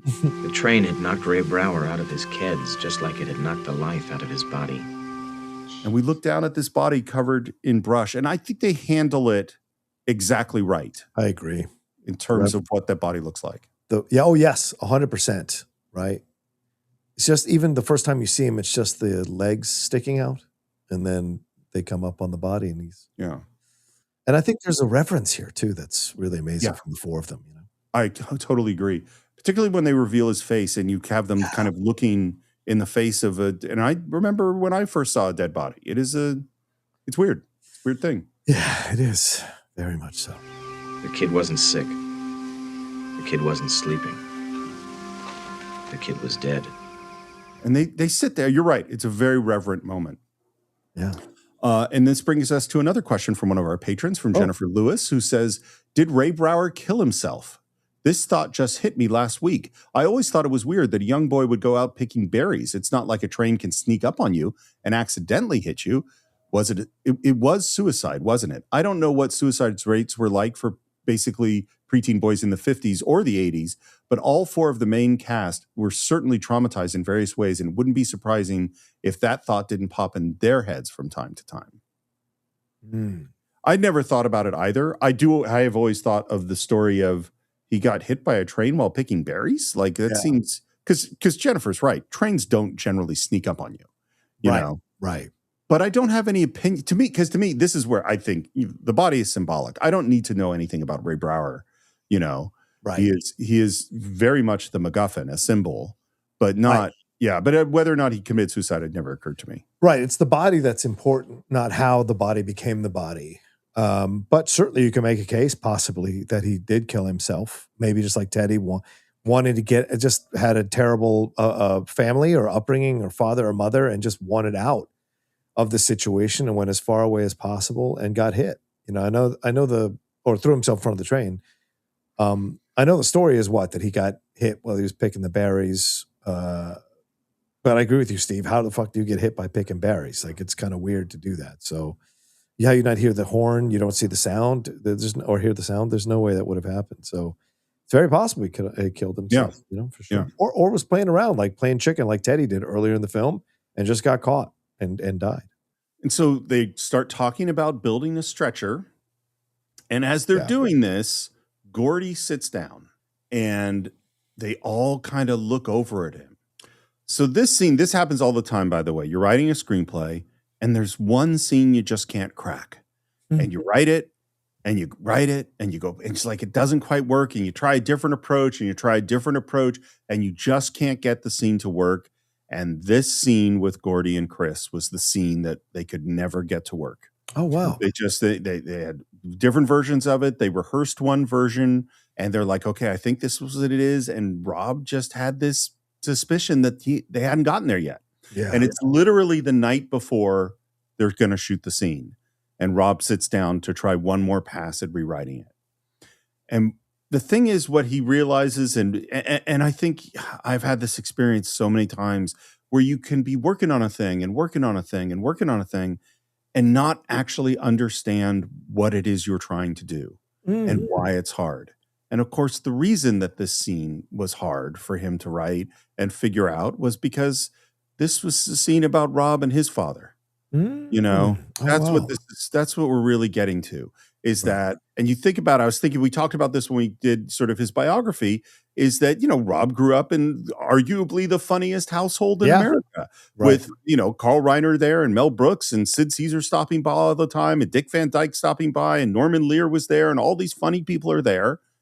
And funny is the currency that of the Reiner household.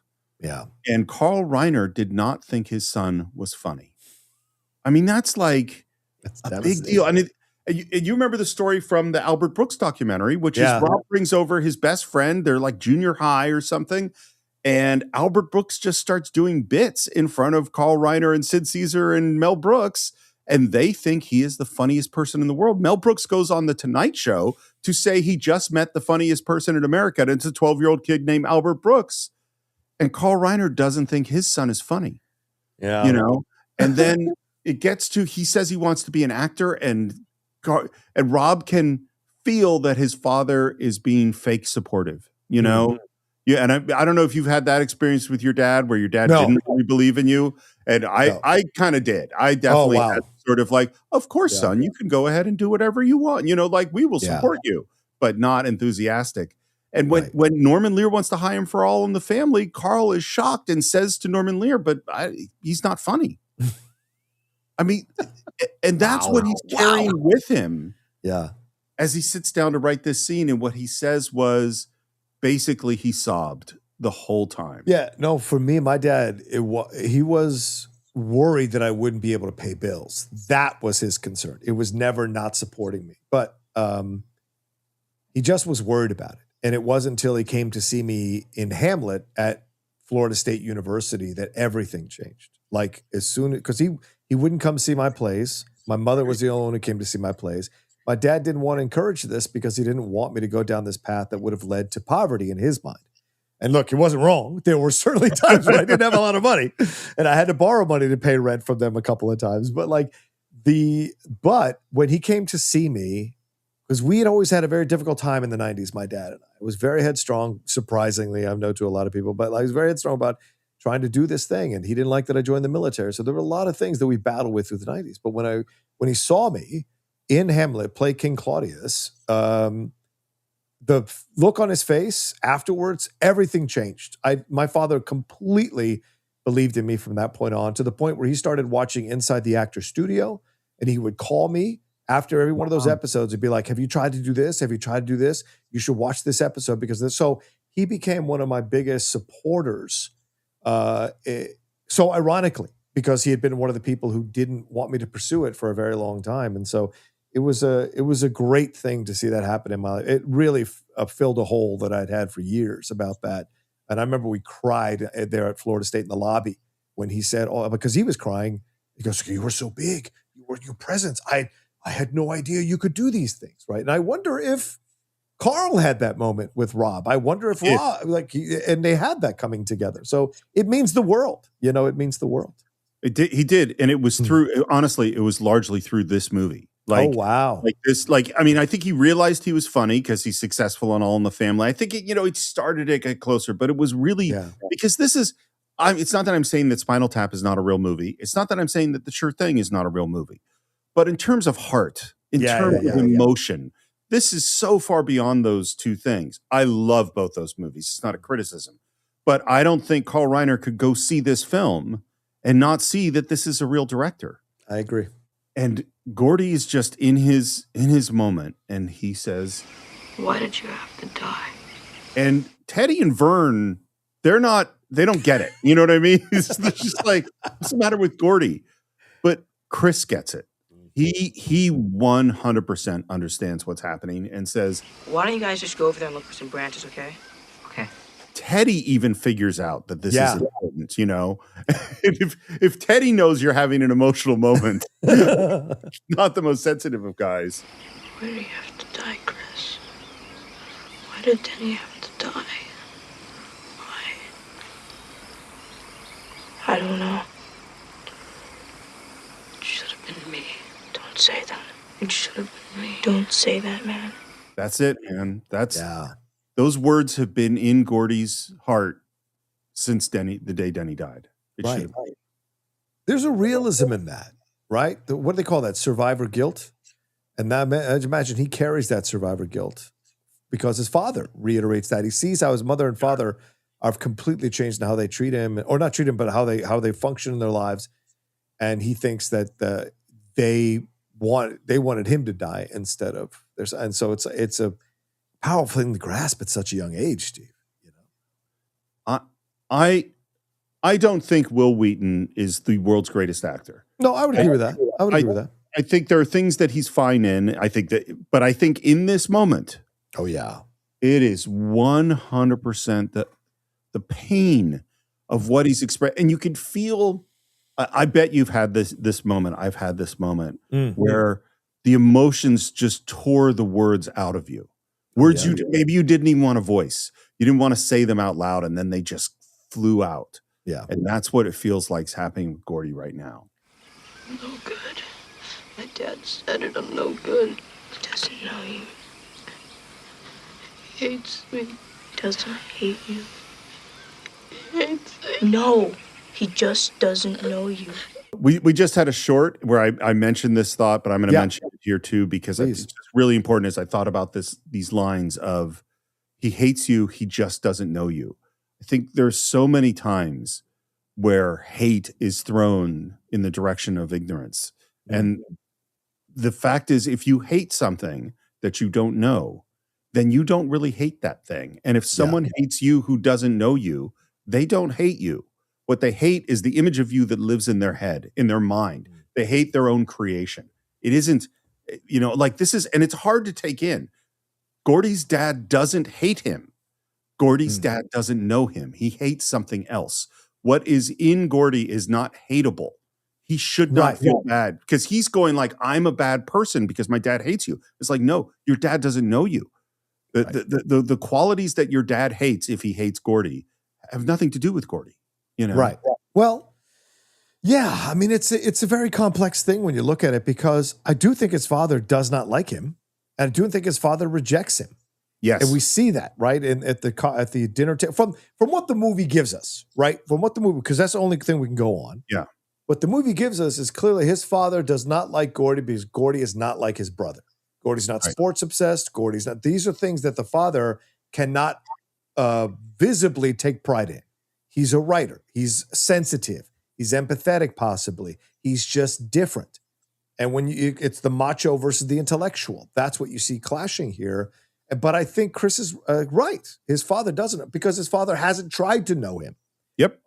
And that's an issue there too that needs to be addressed. And I'd love to find out if there's wait. I don't want to be the three guys going, what happens after Stand By Me? I don't want to do that.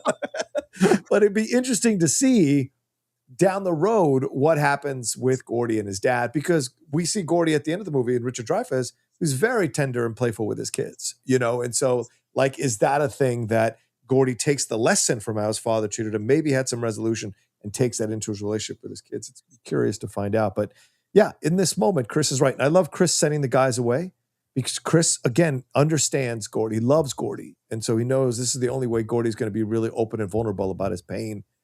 And Gordy, I think, also feels guilty that he didn't, like he said, I didn't cry at his funeral, his brother's funeral. And that's been something that's gnawing at him. Why? Why didn't I cry? Why didn't this happen? And now, finally, the dam breaks a little. Yeah. It's funny.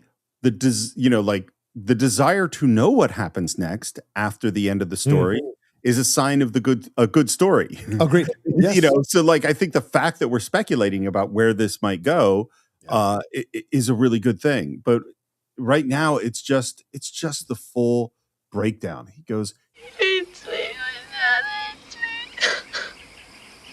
He hates me. I'm so good. and Chris, again, being just the hero, knows enough to just put his arm around his friend and sit.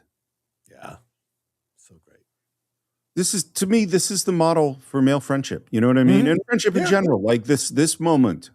Yes. Being with your friend in his moment of pain. Yes. And creating space for their vulnerability and not like trying to shoot down their feelings. Yeah. Yep. Agreed. Yep. Not rushing in to fix it, not rushing in to make it go away, nothing like that. Just being there. And then he says, You're gonna be a great writer someday, Gordy. You might even write about us guys if you ever get hard up for material. Brings us to another question from Jeff Cook. What other movie captures the failure of fathers more insightfully, from absent to traumatized and abusive to passively dismissive to intoxicated? I mean, Field of Dreams is a conversation to have because we don't see the father and how he treats Kevin Costner in the movie, but we hear from Kevin Costner's point of view. And I think it's a much more rounded point of view because he's older. Gordy's younger. But Costner is saying, well, I did this, and here's the mistakes I made, but here's how he made me feel. So in the end, it's all the pain he feels is from the loss of the connection with his father. And so that when he comes back at the end, it's repairing that wound or that injury, you know? And so I think that's a great exploration of fatherhood and sons as well. What have you got, Steve? Well, you're never going to get me to say anything bad about the father and son stuff in the Field of Dreams. I think in terms of because that's what the whole through line of the movie for young boys on a coming of age to become men, and the shadows of their fathers are everywhere in this film. I mean, not so much with Vern. I don't think we know so much about his father, but for the other guys, that's just ever present. The only other movie to me that is similar is The Breakfast Club, because The Breakfast Club is a movie where it's the same. It is a coming of age for these people. They're going to have conflicts. They're each going to have their moments of breakdown, their moments that are important, their catharsis, and the specter of the parents just hovers over that entire film. That's the only one that I can think of that even compares to Stand. One of my favorites that, I've told you about this one before, the Billy Crystal, Alan King one, Memories of Me. Yeah. That's such a great little 80s gem where you see both Billy Crystal and Alan King talk about what happened in the past as they're dealing with their anger towards each other as father and son. Now in the movie, in the present day of the movie, as the father has been diagnosed with this tumor. And so it is exceptionally funny, yet the moments of serious arguments are stunning. There's a scene between him and his father in a tunnel where he says, "Did I ever lay a hand on you? No, at least you would have touched me, but at least you would have touched me." Like, it's such an interesting, and this is Billy full on drama going at it with Alan King, who's great in drama. And it's just a fantastic film in exploring that relationship of fathers and sons from a passionate place, an angry place, and a pained place. And then where they come to by the end, because as you just said so well, Steve, they got to know each other. Yeah. Again, they found out who they are currently in their space. He understood why his father did what he did, and his father gets to know his son, who is the doctor. And it's amazing. So that by the end, when what happens, you're just, really moved by it all. So, yeah. Well, and I'm really moved by this scene. And then this scene just gets shattered. Yeah. Because right as we're in this moment with these two kids that's so heartfelt, we hear, "What the fuck do you know about this? Some bitch. My little brother." Great timing. Great timing, right? We're just feeling so good about everything. We've opened the door up to this pain, and here comes a massive obstacle that we might have even forgot about as we were watching this scene. I think so. I think I was so 100% involved in the scene. I had forgotten about them, and now they show up, and of course they immediately figure out that Vern is the, who told. You get away, man. We found him. We got dibs. We better start running, Eyeball. They got dibs. We earned him, man. You guys came in a car that's not fair. He's ours. And they're standing up to these older kids. Yeah. And it's sort, you know what it is? I think it's sort of like they have gone through a rite of passage and feel more adult than they did 2 days ago. you know, Yes. Yeah. when They found the body. There's 4 of us, Eyeball. You just make your move. Oh, we will, don't you worry. and then more guys show up. Yeah. And I mean, honestly, them going there, 4 of them going to fight against 2 much older kids. I don't know how much of a chance they had anyway. Right. Especially with Vern. Yeah. Ace snaps his fingers and Vern runs away. By the way, Gordy just kind of disappears. Yes. Like I was watching it, like he's kind of there drifting backwards, and then he basically ghosts out of the scene. Yeah. According to Jerry O'Connell, they were genuinely scared of Kiefer Sutherland. It sounds like there was some method acting shit going on there, and they were really terrified of him. You guys have 2 choices. You either leave quietly, we take the body, or you stay, we beat the shit out of you, we take the body. But I think this is important. Can I add this? I think this is important. Like Vern pulling away makes all the sense of it. And then Vern pulling the whole, no, it wasn't me, because he's scared, but it really was him, makes sense. Teddy pulling back does make sense to me for 2 reasons. One, Teddy's bluster about confrontation and challenging himself, and I can handle all this stuff. It's all nonsense because it's all meant to build himself up that he could. Yeah. And here is the moment where he can and he can't. Because the people who can really step up don't talk about it all the time. They just know they can.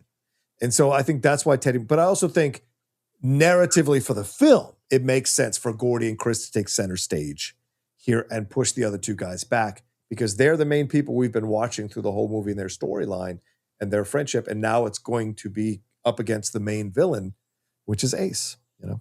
Well, I mean, frankly, without the gun, Teddy doesn't stand a chance. These 4 boys don't stand a chance. Right. Like I believe he is showing the better part of valor at the moment. But that's not what Chris is doing. Chris is standing his ground. Okay, Chambers, you little faggot. This is your last chance. What do you say, kid? Why don't you go home and fuck your mother some more? Oh, bing, bang, boom. No, I was joking. Little Goodfellas reference. No, Chris knows he's about to get the shit kicked out of him, right? Yeah. And he is, you know what it is? That's why I say the Captain America thing. He could take it all day. Yes. He's going to sit and take a beating for a principal. That's what he's going to do right now. Great point. And Ace pulls out the switchblade, starts advancing. You're dead. Come on, Chris, sweat. You're not taking Come on, him. man, this is crazy. You're not taking him. He's got a knife, man. And I mean, this is really genuinely scary. Yeah. And Ace advances, puts that knife right up to his throat. Before we get to the next moment, what was Ace going to do? And does Ace even know what he was going to do in this moment? Yeah, I think Ace is a psychopath. And as we saw with the 2 cars, how he was willing to just, risk the lives of the 2 other guys in the car with him, I think he'd have no problem possibly stabbing Chris or just holding Chris at bay while the other guys got the body and moved it out, right? But it's about power for him. So I think it's more, he would have relished the fear in Chris if he could have gotten him to that place by having the knife at his throat, and then the other guys do the work. There's no way Ace was going to touch that body. It's the other guys. So I think this was a power move all around. I'm going to intimidate Chris, and I'm going to get my guys to move the body, and we're going to get the hell out of here. Do you think there's any moment where he was intending to kill Chris Chambers? Chris, a kill? No. But I think Chris tried to stop him. He was going to stab him.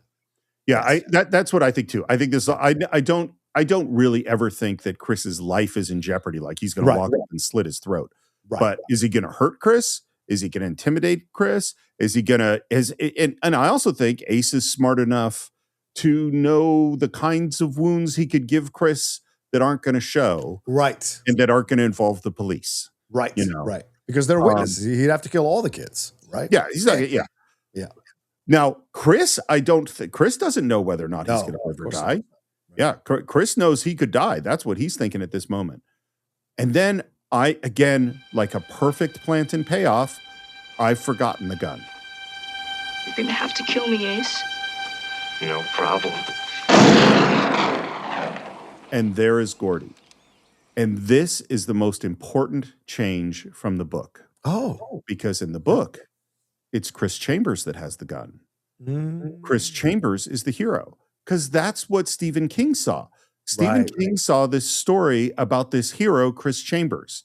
And the character of Gordy LeChance was the observer who was there to write down the heroic adventure of Chris Chambers, who has his coming of age moment. And it was Rob Reiner's decision to change it to have Gordy be the one with the gun. And he was absolutely terrified. Because that's a major change in the book. This isn't as in room 237 where they changed the car from yellow to red or something. This is not that. This is a key plot point. And so he was really scared, and I'm going to hold off on telling you Stephen King's reaction to this change until we get a little bit later. But Gordy says, "You're not taking him. Nobody's taking him." Yeah, and I also think Rob did this because, Rob sees himself in Gordy. Right. And I think as a filmmaker, sometimes your main character is you. And so giving him the hero moment makes sense for Rob. And I would understand being terrified, but his instinct was correct because it completely works. Well, and the thing is, I agree with your points 100%. Yeah. I also think Chris Chambers doesn't need a hero moment. Right. Chris Chambers has been a hero the whole time. You're great point. He's already proved it many times over. You're correct on that. Yeah. Gordy is the kid who doesn't stand, his father doesn't see him. Is insecure about his writing. He thinks people think he's weird. He needs a hero moment. Yeah. He needs that. Come on, kid, just give me the gun before you take your foot off. You ain't got the sack to shoot a woodchuck. Don't move, Ace. I'll kill you, I swear to God. Would Gordy pull that trigger? 100%. I think so too. I think in that moment, yep, he was determined. Yeah. No one's going to take something else from me. You took, my brother was taken. You're not taking Chris. Like you're not in this pain of this place of loss that he's at. He is not going to suffer the loss of someone else who's close to him. Yeah. Well, and the journey to the body became a very serious thing for Gordy. Yeah. He said it shouldn't be a good time. He's the one who kept saying the rules. He said, I have to get it. This is classic hero's journey. He had to go through the horrible thing and stand up to the demon in order to become an adult. That's what has to happen. Come on, LeChance, give me the gun. You must have at least some of your brother's good sense. Gordy pulls back the hammer and says, "Suck my fat one, you cheap dime store hood." Such a great writer's insult. In 1959, 12-year-old, exactly. You cheap dime store hood. And Ace, kind of still thinks that he can take this with a little bit of attitude, goes, "What are you going to do, shoot us all?" And then chillingly, I think, Wil Wheaton says, "No, Ace, just you." That is the moment, because you could see Ace just start to wither a little bit. It's so funny because we just did him in A Few Good Men, where you see the little cracks when he's on the witness stand, and here it's the same thing of like, oh, I might not be in charge here. We're gonna get you for this. Maybe you will, and maybe you won't. Oh, we will. We were talking before about speculating about what's going to happen next in the story after the movie's over. I'm very curious what happens with Ace, because they're right. This is not over. Yeah, I think the gang turns on him once the leader has cracks. Once the Russian is cut, you're not as strong anymore. Once the Russian is cut, you're not as strong anymore. I love the moment after. Suck my fat one. Whoever told you had a fat one chance? Biggest one in 4 counties. So good. And then the other kids come out and they're looking down at the body. We're gonna take him. No. But we came all this way. We were supposed to be heroes. Not this way, Teddy. I just love the calm leadership. Like, this decision has been made, And then we have just, the beautiful golden hour shot. And this is the kind of movie where you know you're heading towards the end. You know what I mean? Like, we can feel that wrapping up.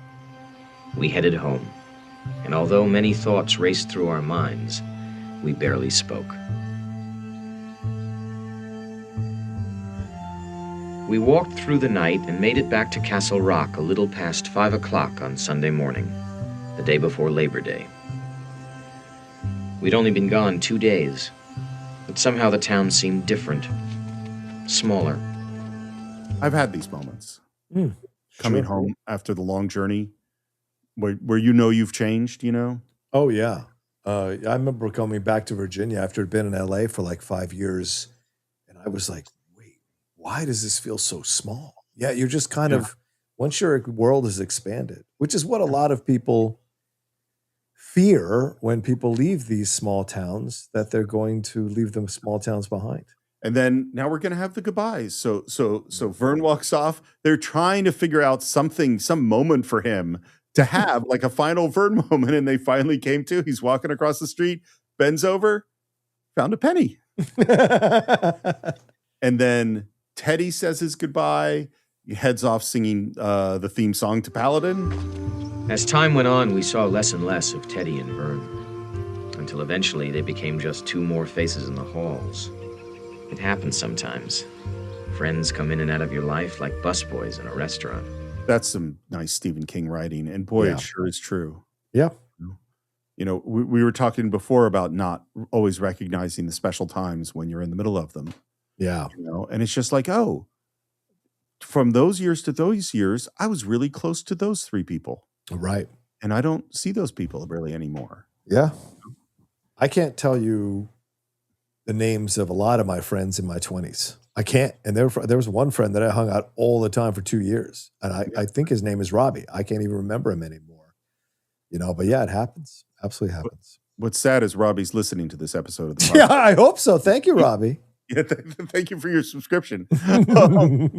And we hear what happened to Vern and what happened to Teddy. Vern's married and, you know, running a forklift, and Teddy, you know, couldn't get in the army, doing odd jobs, some time in jail.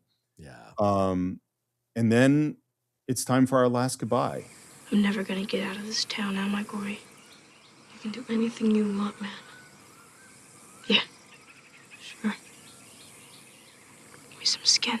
And I like that we know that they give each other skin, but it's off camera because we're up in those close-ups, just watching them look at each other. And Chris is walking away, and now we hear what happened to him. Chris did get out. He enrolled in the college courses with me, and although it was hard, he gutted it out like he always did. He went on to college and eventually became a lawyer. I'm so happy that we have that little bit of story about what happens after the movie. Sure. That Chris and Gordy stayed together, and Chris didn't just take the shop classes. He actually took the college classes that he wanted to take, and he did reinvent himself. He did get out of the town. I'm so glad we hear about that. Yeah. Like great friends change you. Great friends change. Great friends motivate you, inspire you. Last week, he entered a fast food restaurant. Just ahead of him, 2 men got into an argument. One of them pulled a knife. Chris, who had always made the best piece, tried to break it up. He was stabbed in the throat. He died almost instantly. And at that moment that we hear those words, we see Chris Chambers and River Phoenix dissolve, fade off into nothingness. Yeah. And I know Rob has a very hard time watching this moment of the movie. The other kids that are in it have a very hard. I mean, it's hard to watch knowing what happens to River Phoenix. He's like the John Lennon of this crew. Oh, yeah.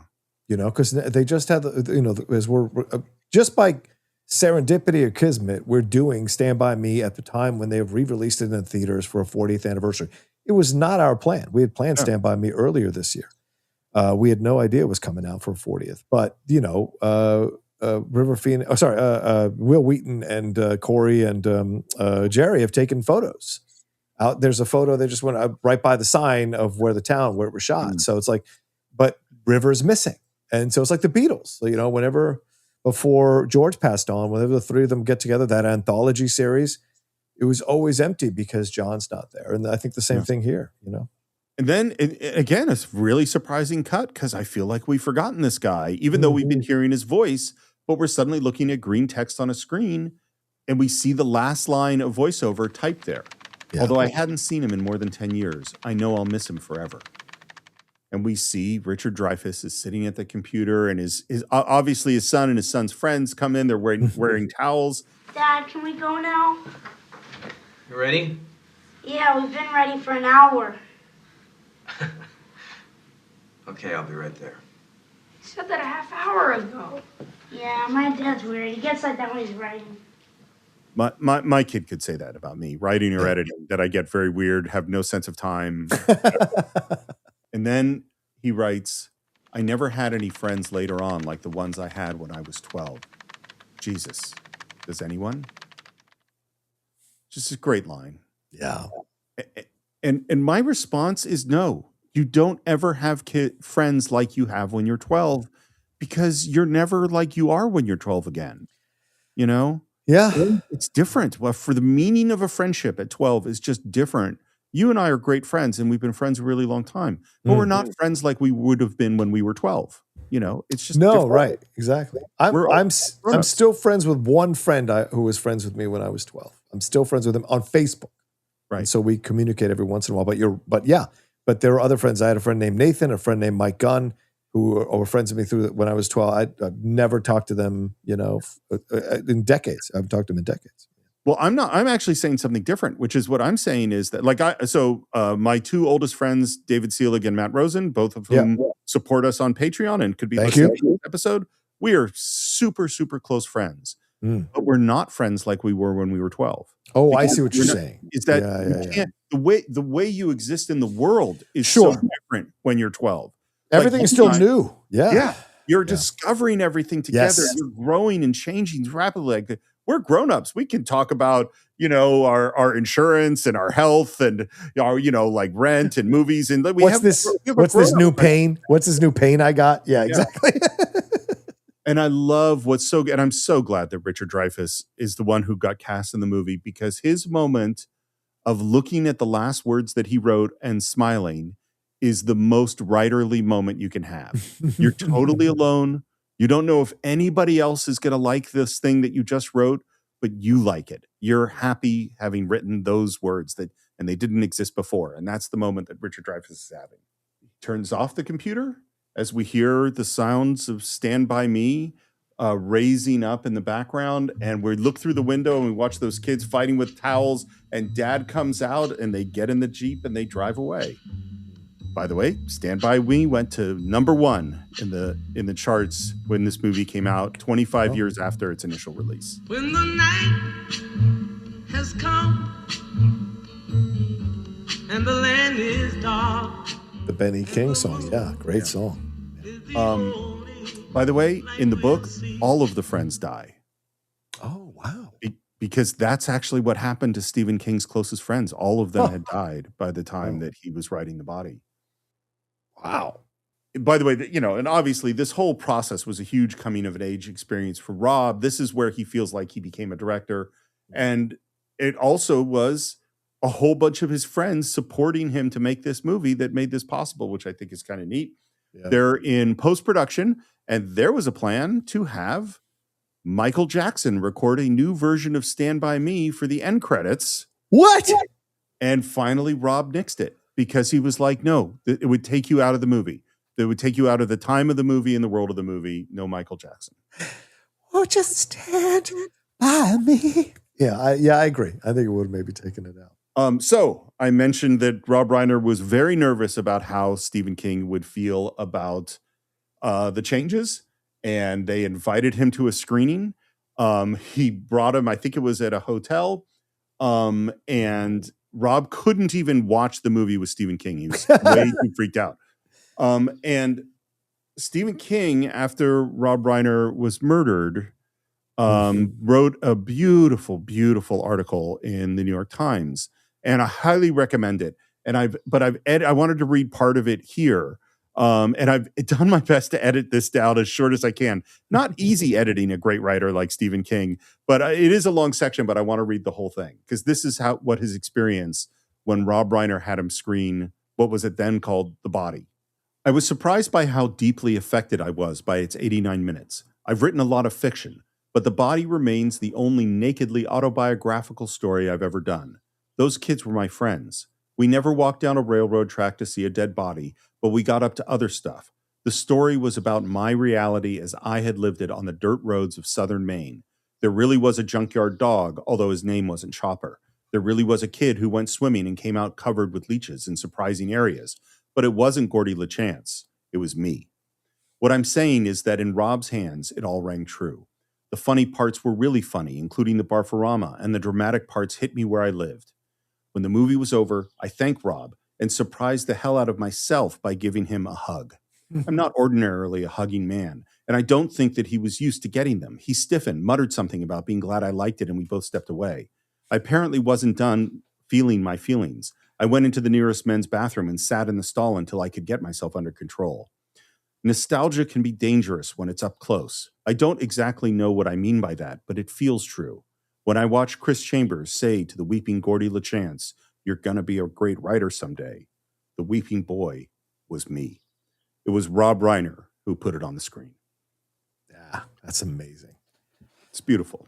From one artist to another, one great artist to another, recognizing his brilliance, and Rob's nervousness is respecting Steven's brilliance. So, yeah. Well, I mean, I think part of why I'll speak for me, but I bet you feel this way too, is that part of why we love movies is that sometimes they're magic. Mm-hmm. Sometimes they can tap into something. Just images together can make something feel real. And for I can't imagine the experience for Stephen King of seeing the most autobiographical thing he has written put up on screen and changed in a way that made it more real for him. Yeah.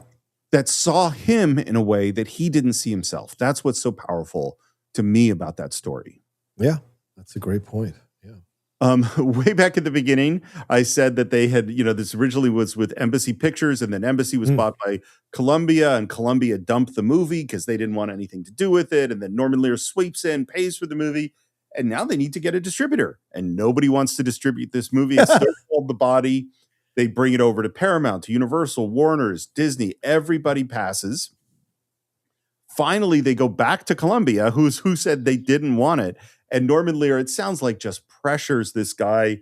His name is Guy McElwain at Columbia to watch the film. He's homesick, and he's like, "All right, I'll put it on." And he's watching it with his daughters, and his daughters love the movie, and that is why it ends up going back to Columbia. The studio that dumped them in the first place is the one that ends up distributing the movie. It was nominated for one Oscar, which is for best screenplay, best adapted screenplay.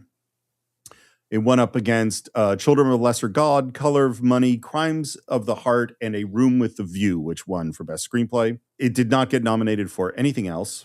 And I think that's everything that I have on Stand By Me. Okay. John, do you have final thoughts on this film and on the season of Rob Reiner that we're ending today? Oh, whoa, the heaviness of that. Okay, so this is all extemporaneous, so here's what I'll say. First, I'm very glad we did this movie to finish off our season of Rob Reiner, because this could arguably be his most moving, effective, and touching movie, and at a tight 86 minutes.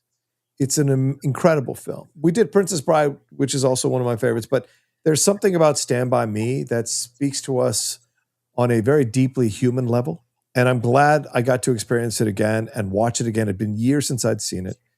And to explore more of what's going on with these characters and the story that's being laid out here and the journeys they're going on and the ways that me as a human being, as John Rocha, connected to elements of all four of these guys as they were going on these journeys. I've been all four of these guys at different stages of my life. So there's something really powerful in that, watching it for me overall. But at the end, it's that moment with Chris and Gordy sitting on the log that this film was all about. That moment, and I think, Steve, you said it so well, that idea that we need to create this place where men can express their feelings, have the grace to express their feelings with other men and be accepted for that and find connection in that, find power in that, find strength in that. So to end this shaming of men having to go on these journeys, these emotional journeys, and actually wanting to be there for them as we all go through it. Because I think that would help our entire gender out in so many ways. And so I think there's something really powerful in that with this story. And I just love the universal aspects of it all. And it was great to revisit Rob Reiner's greatness throughout this entire season of Rob Reiner. And I come away from this. I don't know if anybody listening to this or you still feel this way, but I come away from this entire season, months of discussion of Rob Reiner's movie with with a even bigger appreciation for what he was able to do in films that I've just always kind of said, yeah, those are great. Those are great. But to go bone deep on them the way we did in these last few months makes me grasp the greatness of them even more in a way that sits me back on my ass and on my heels and makes me appreciate him as a filmmaker and revere him in ways that I hadn't revered him before. And so I think this has been an incredible journey, and I hope all of our fans who listen to us have enjoyed us walking down this path and felt that we've done these movies justice, which is all we can ask for. I have a whole bunch of scattershot thoughts that maybe will fall into a certain kind of structure. I don't know. I'm thinking about this film, and I'm thinking about some of the questions we got asked, some of the ones from Jeff Cook and some of the other ones where the question was one version of what other movies do this? What other movies are like this? And you and I both struggled to really find a whole bunch of other movies. You know, if we were doing Die Hard or something, we could come up with all sorts of other movies that are like Die Hard. Yeah. Maybe not as good, but like it. Whereas with this, it's like, what other movie does this? And I suddenly thinking about Rob Reiner films in general. Yeah. Going, you know what? The great movies, they are within genres, but they're also kind of standalone. I mean, Spinal Tap invents a genre, you know? Like it is at the beginning of this idea of the mockumentary. The Sure Thing is a great romantic comedy. This is this might be the archetypal coming of age film. You know, the Princess Bride. There are lots of fantasy movies. There's lots of comedy movies. Is there any other movie at all that's like the Princess Bride in tone, in structure, in its sense of adventure, in its sweetness, in its romance? I don't really think there is. When Harry Met Sally is the archetypal modern romantic comedy. Misery is unlike any other horror movie in its complete stillness, in its quiet. It's very, very different. Few Good Men and American President also are their own things. And suddenly I'm going like, you know, we started the season of Reiner with Rob Reiner doesn't get as much respect. He's not listed as one of these great filmmakers.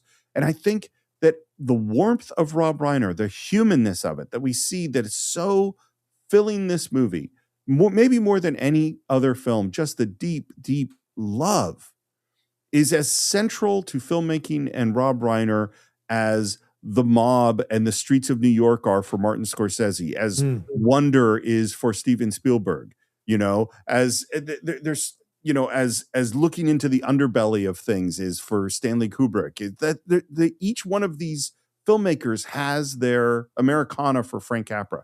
I think the love of humans, the simplicity of character is so central to Rob Reiner, and I think it's not exemplified anywhere more maybe than in Stand By Me. Great words, brother. So that's what we think of Stand By Me. We hope you've enjoyed this breakdown. We hope you've enjoyed the season of Rob Reiner. We've certainly had a fantastic time going through this film, and we, of course, would love you to subscribe to the Cine-Files. If you haven't already, you can do it at Apple iTunes. That doesn't even exist anymore. You can do it on Apple Podcasts or Spotify or YouTube or any other podcast platform. If you want to leave your reviews, they're greatly appreciated. Comments are always appreciated. And if you want to reach me, you could do it at SR Morris on Twitter. John, how would they reach you? Yeah, you can always reach me at The Rocha Says on all social media. And please head on over to my YouTube channel, youtube.com/John Rocha Says, where we do reviews, have conversations, explore all things going on in the world of entertainment and film. We're trying to get to 50,000 subscribers, so I would love it if you all would do that. And you know, we're in March. We're in April rather, and we're about to go into a second part of the year. And we'd love it if you all could think about sharing our episodes with your friends, sharing our episode, gifting subscriptions. You know, maybe there's someone like Stand By Me. Maybe there's someone whose friendship you love and respect, whose opinion you love and respect, and you guys connect over movies. Maybe gifting them a subscription to the Cine-Files for the year. as a thank you or as a way of showing some love for your friend so they can appreciate what we do. And you guys can have something new to share in conversations about our conversation. So just a little something to throw out there as we go into spring. And I think that is it for this week. We will be back next week with a movie that I don't even know what it is, because we are deciding that in a few hours at our next advisory board meeting. We'll be picking the next movie, and you could join the advisory board by going to patreon.com/the Cine-Files. So that's it for this week. We'll be back next time with another great film right here on the Cine-Files.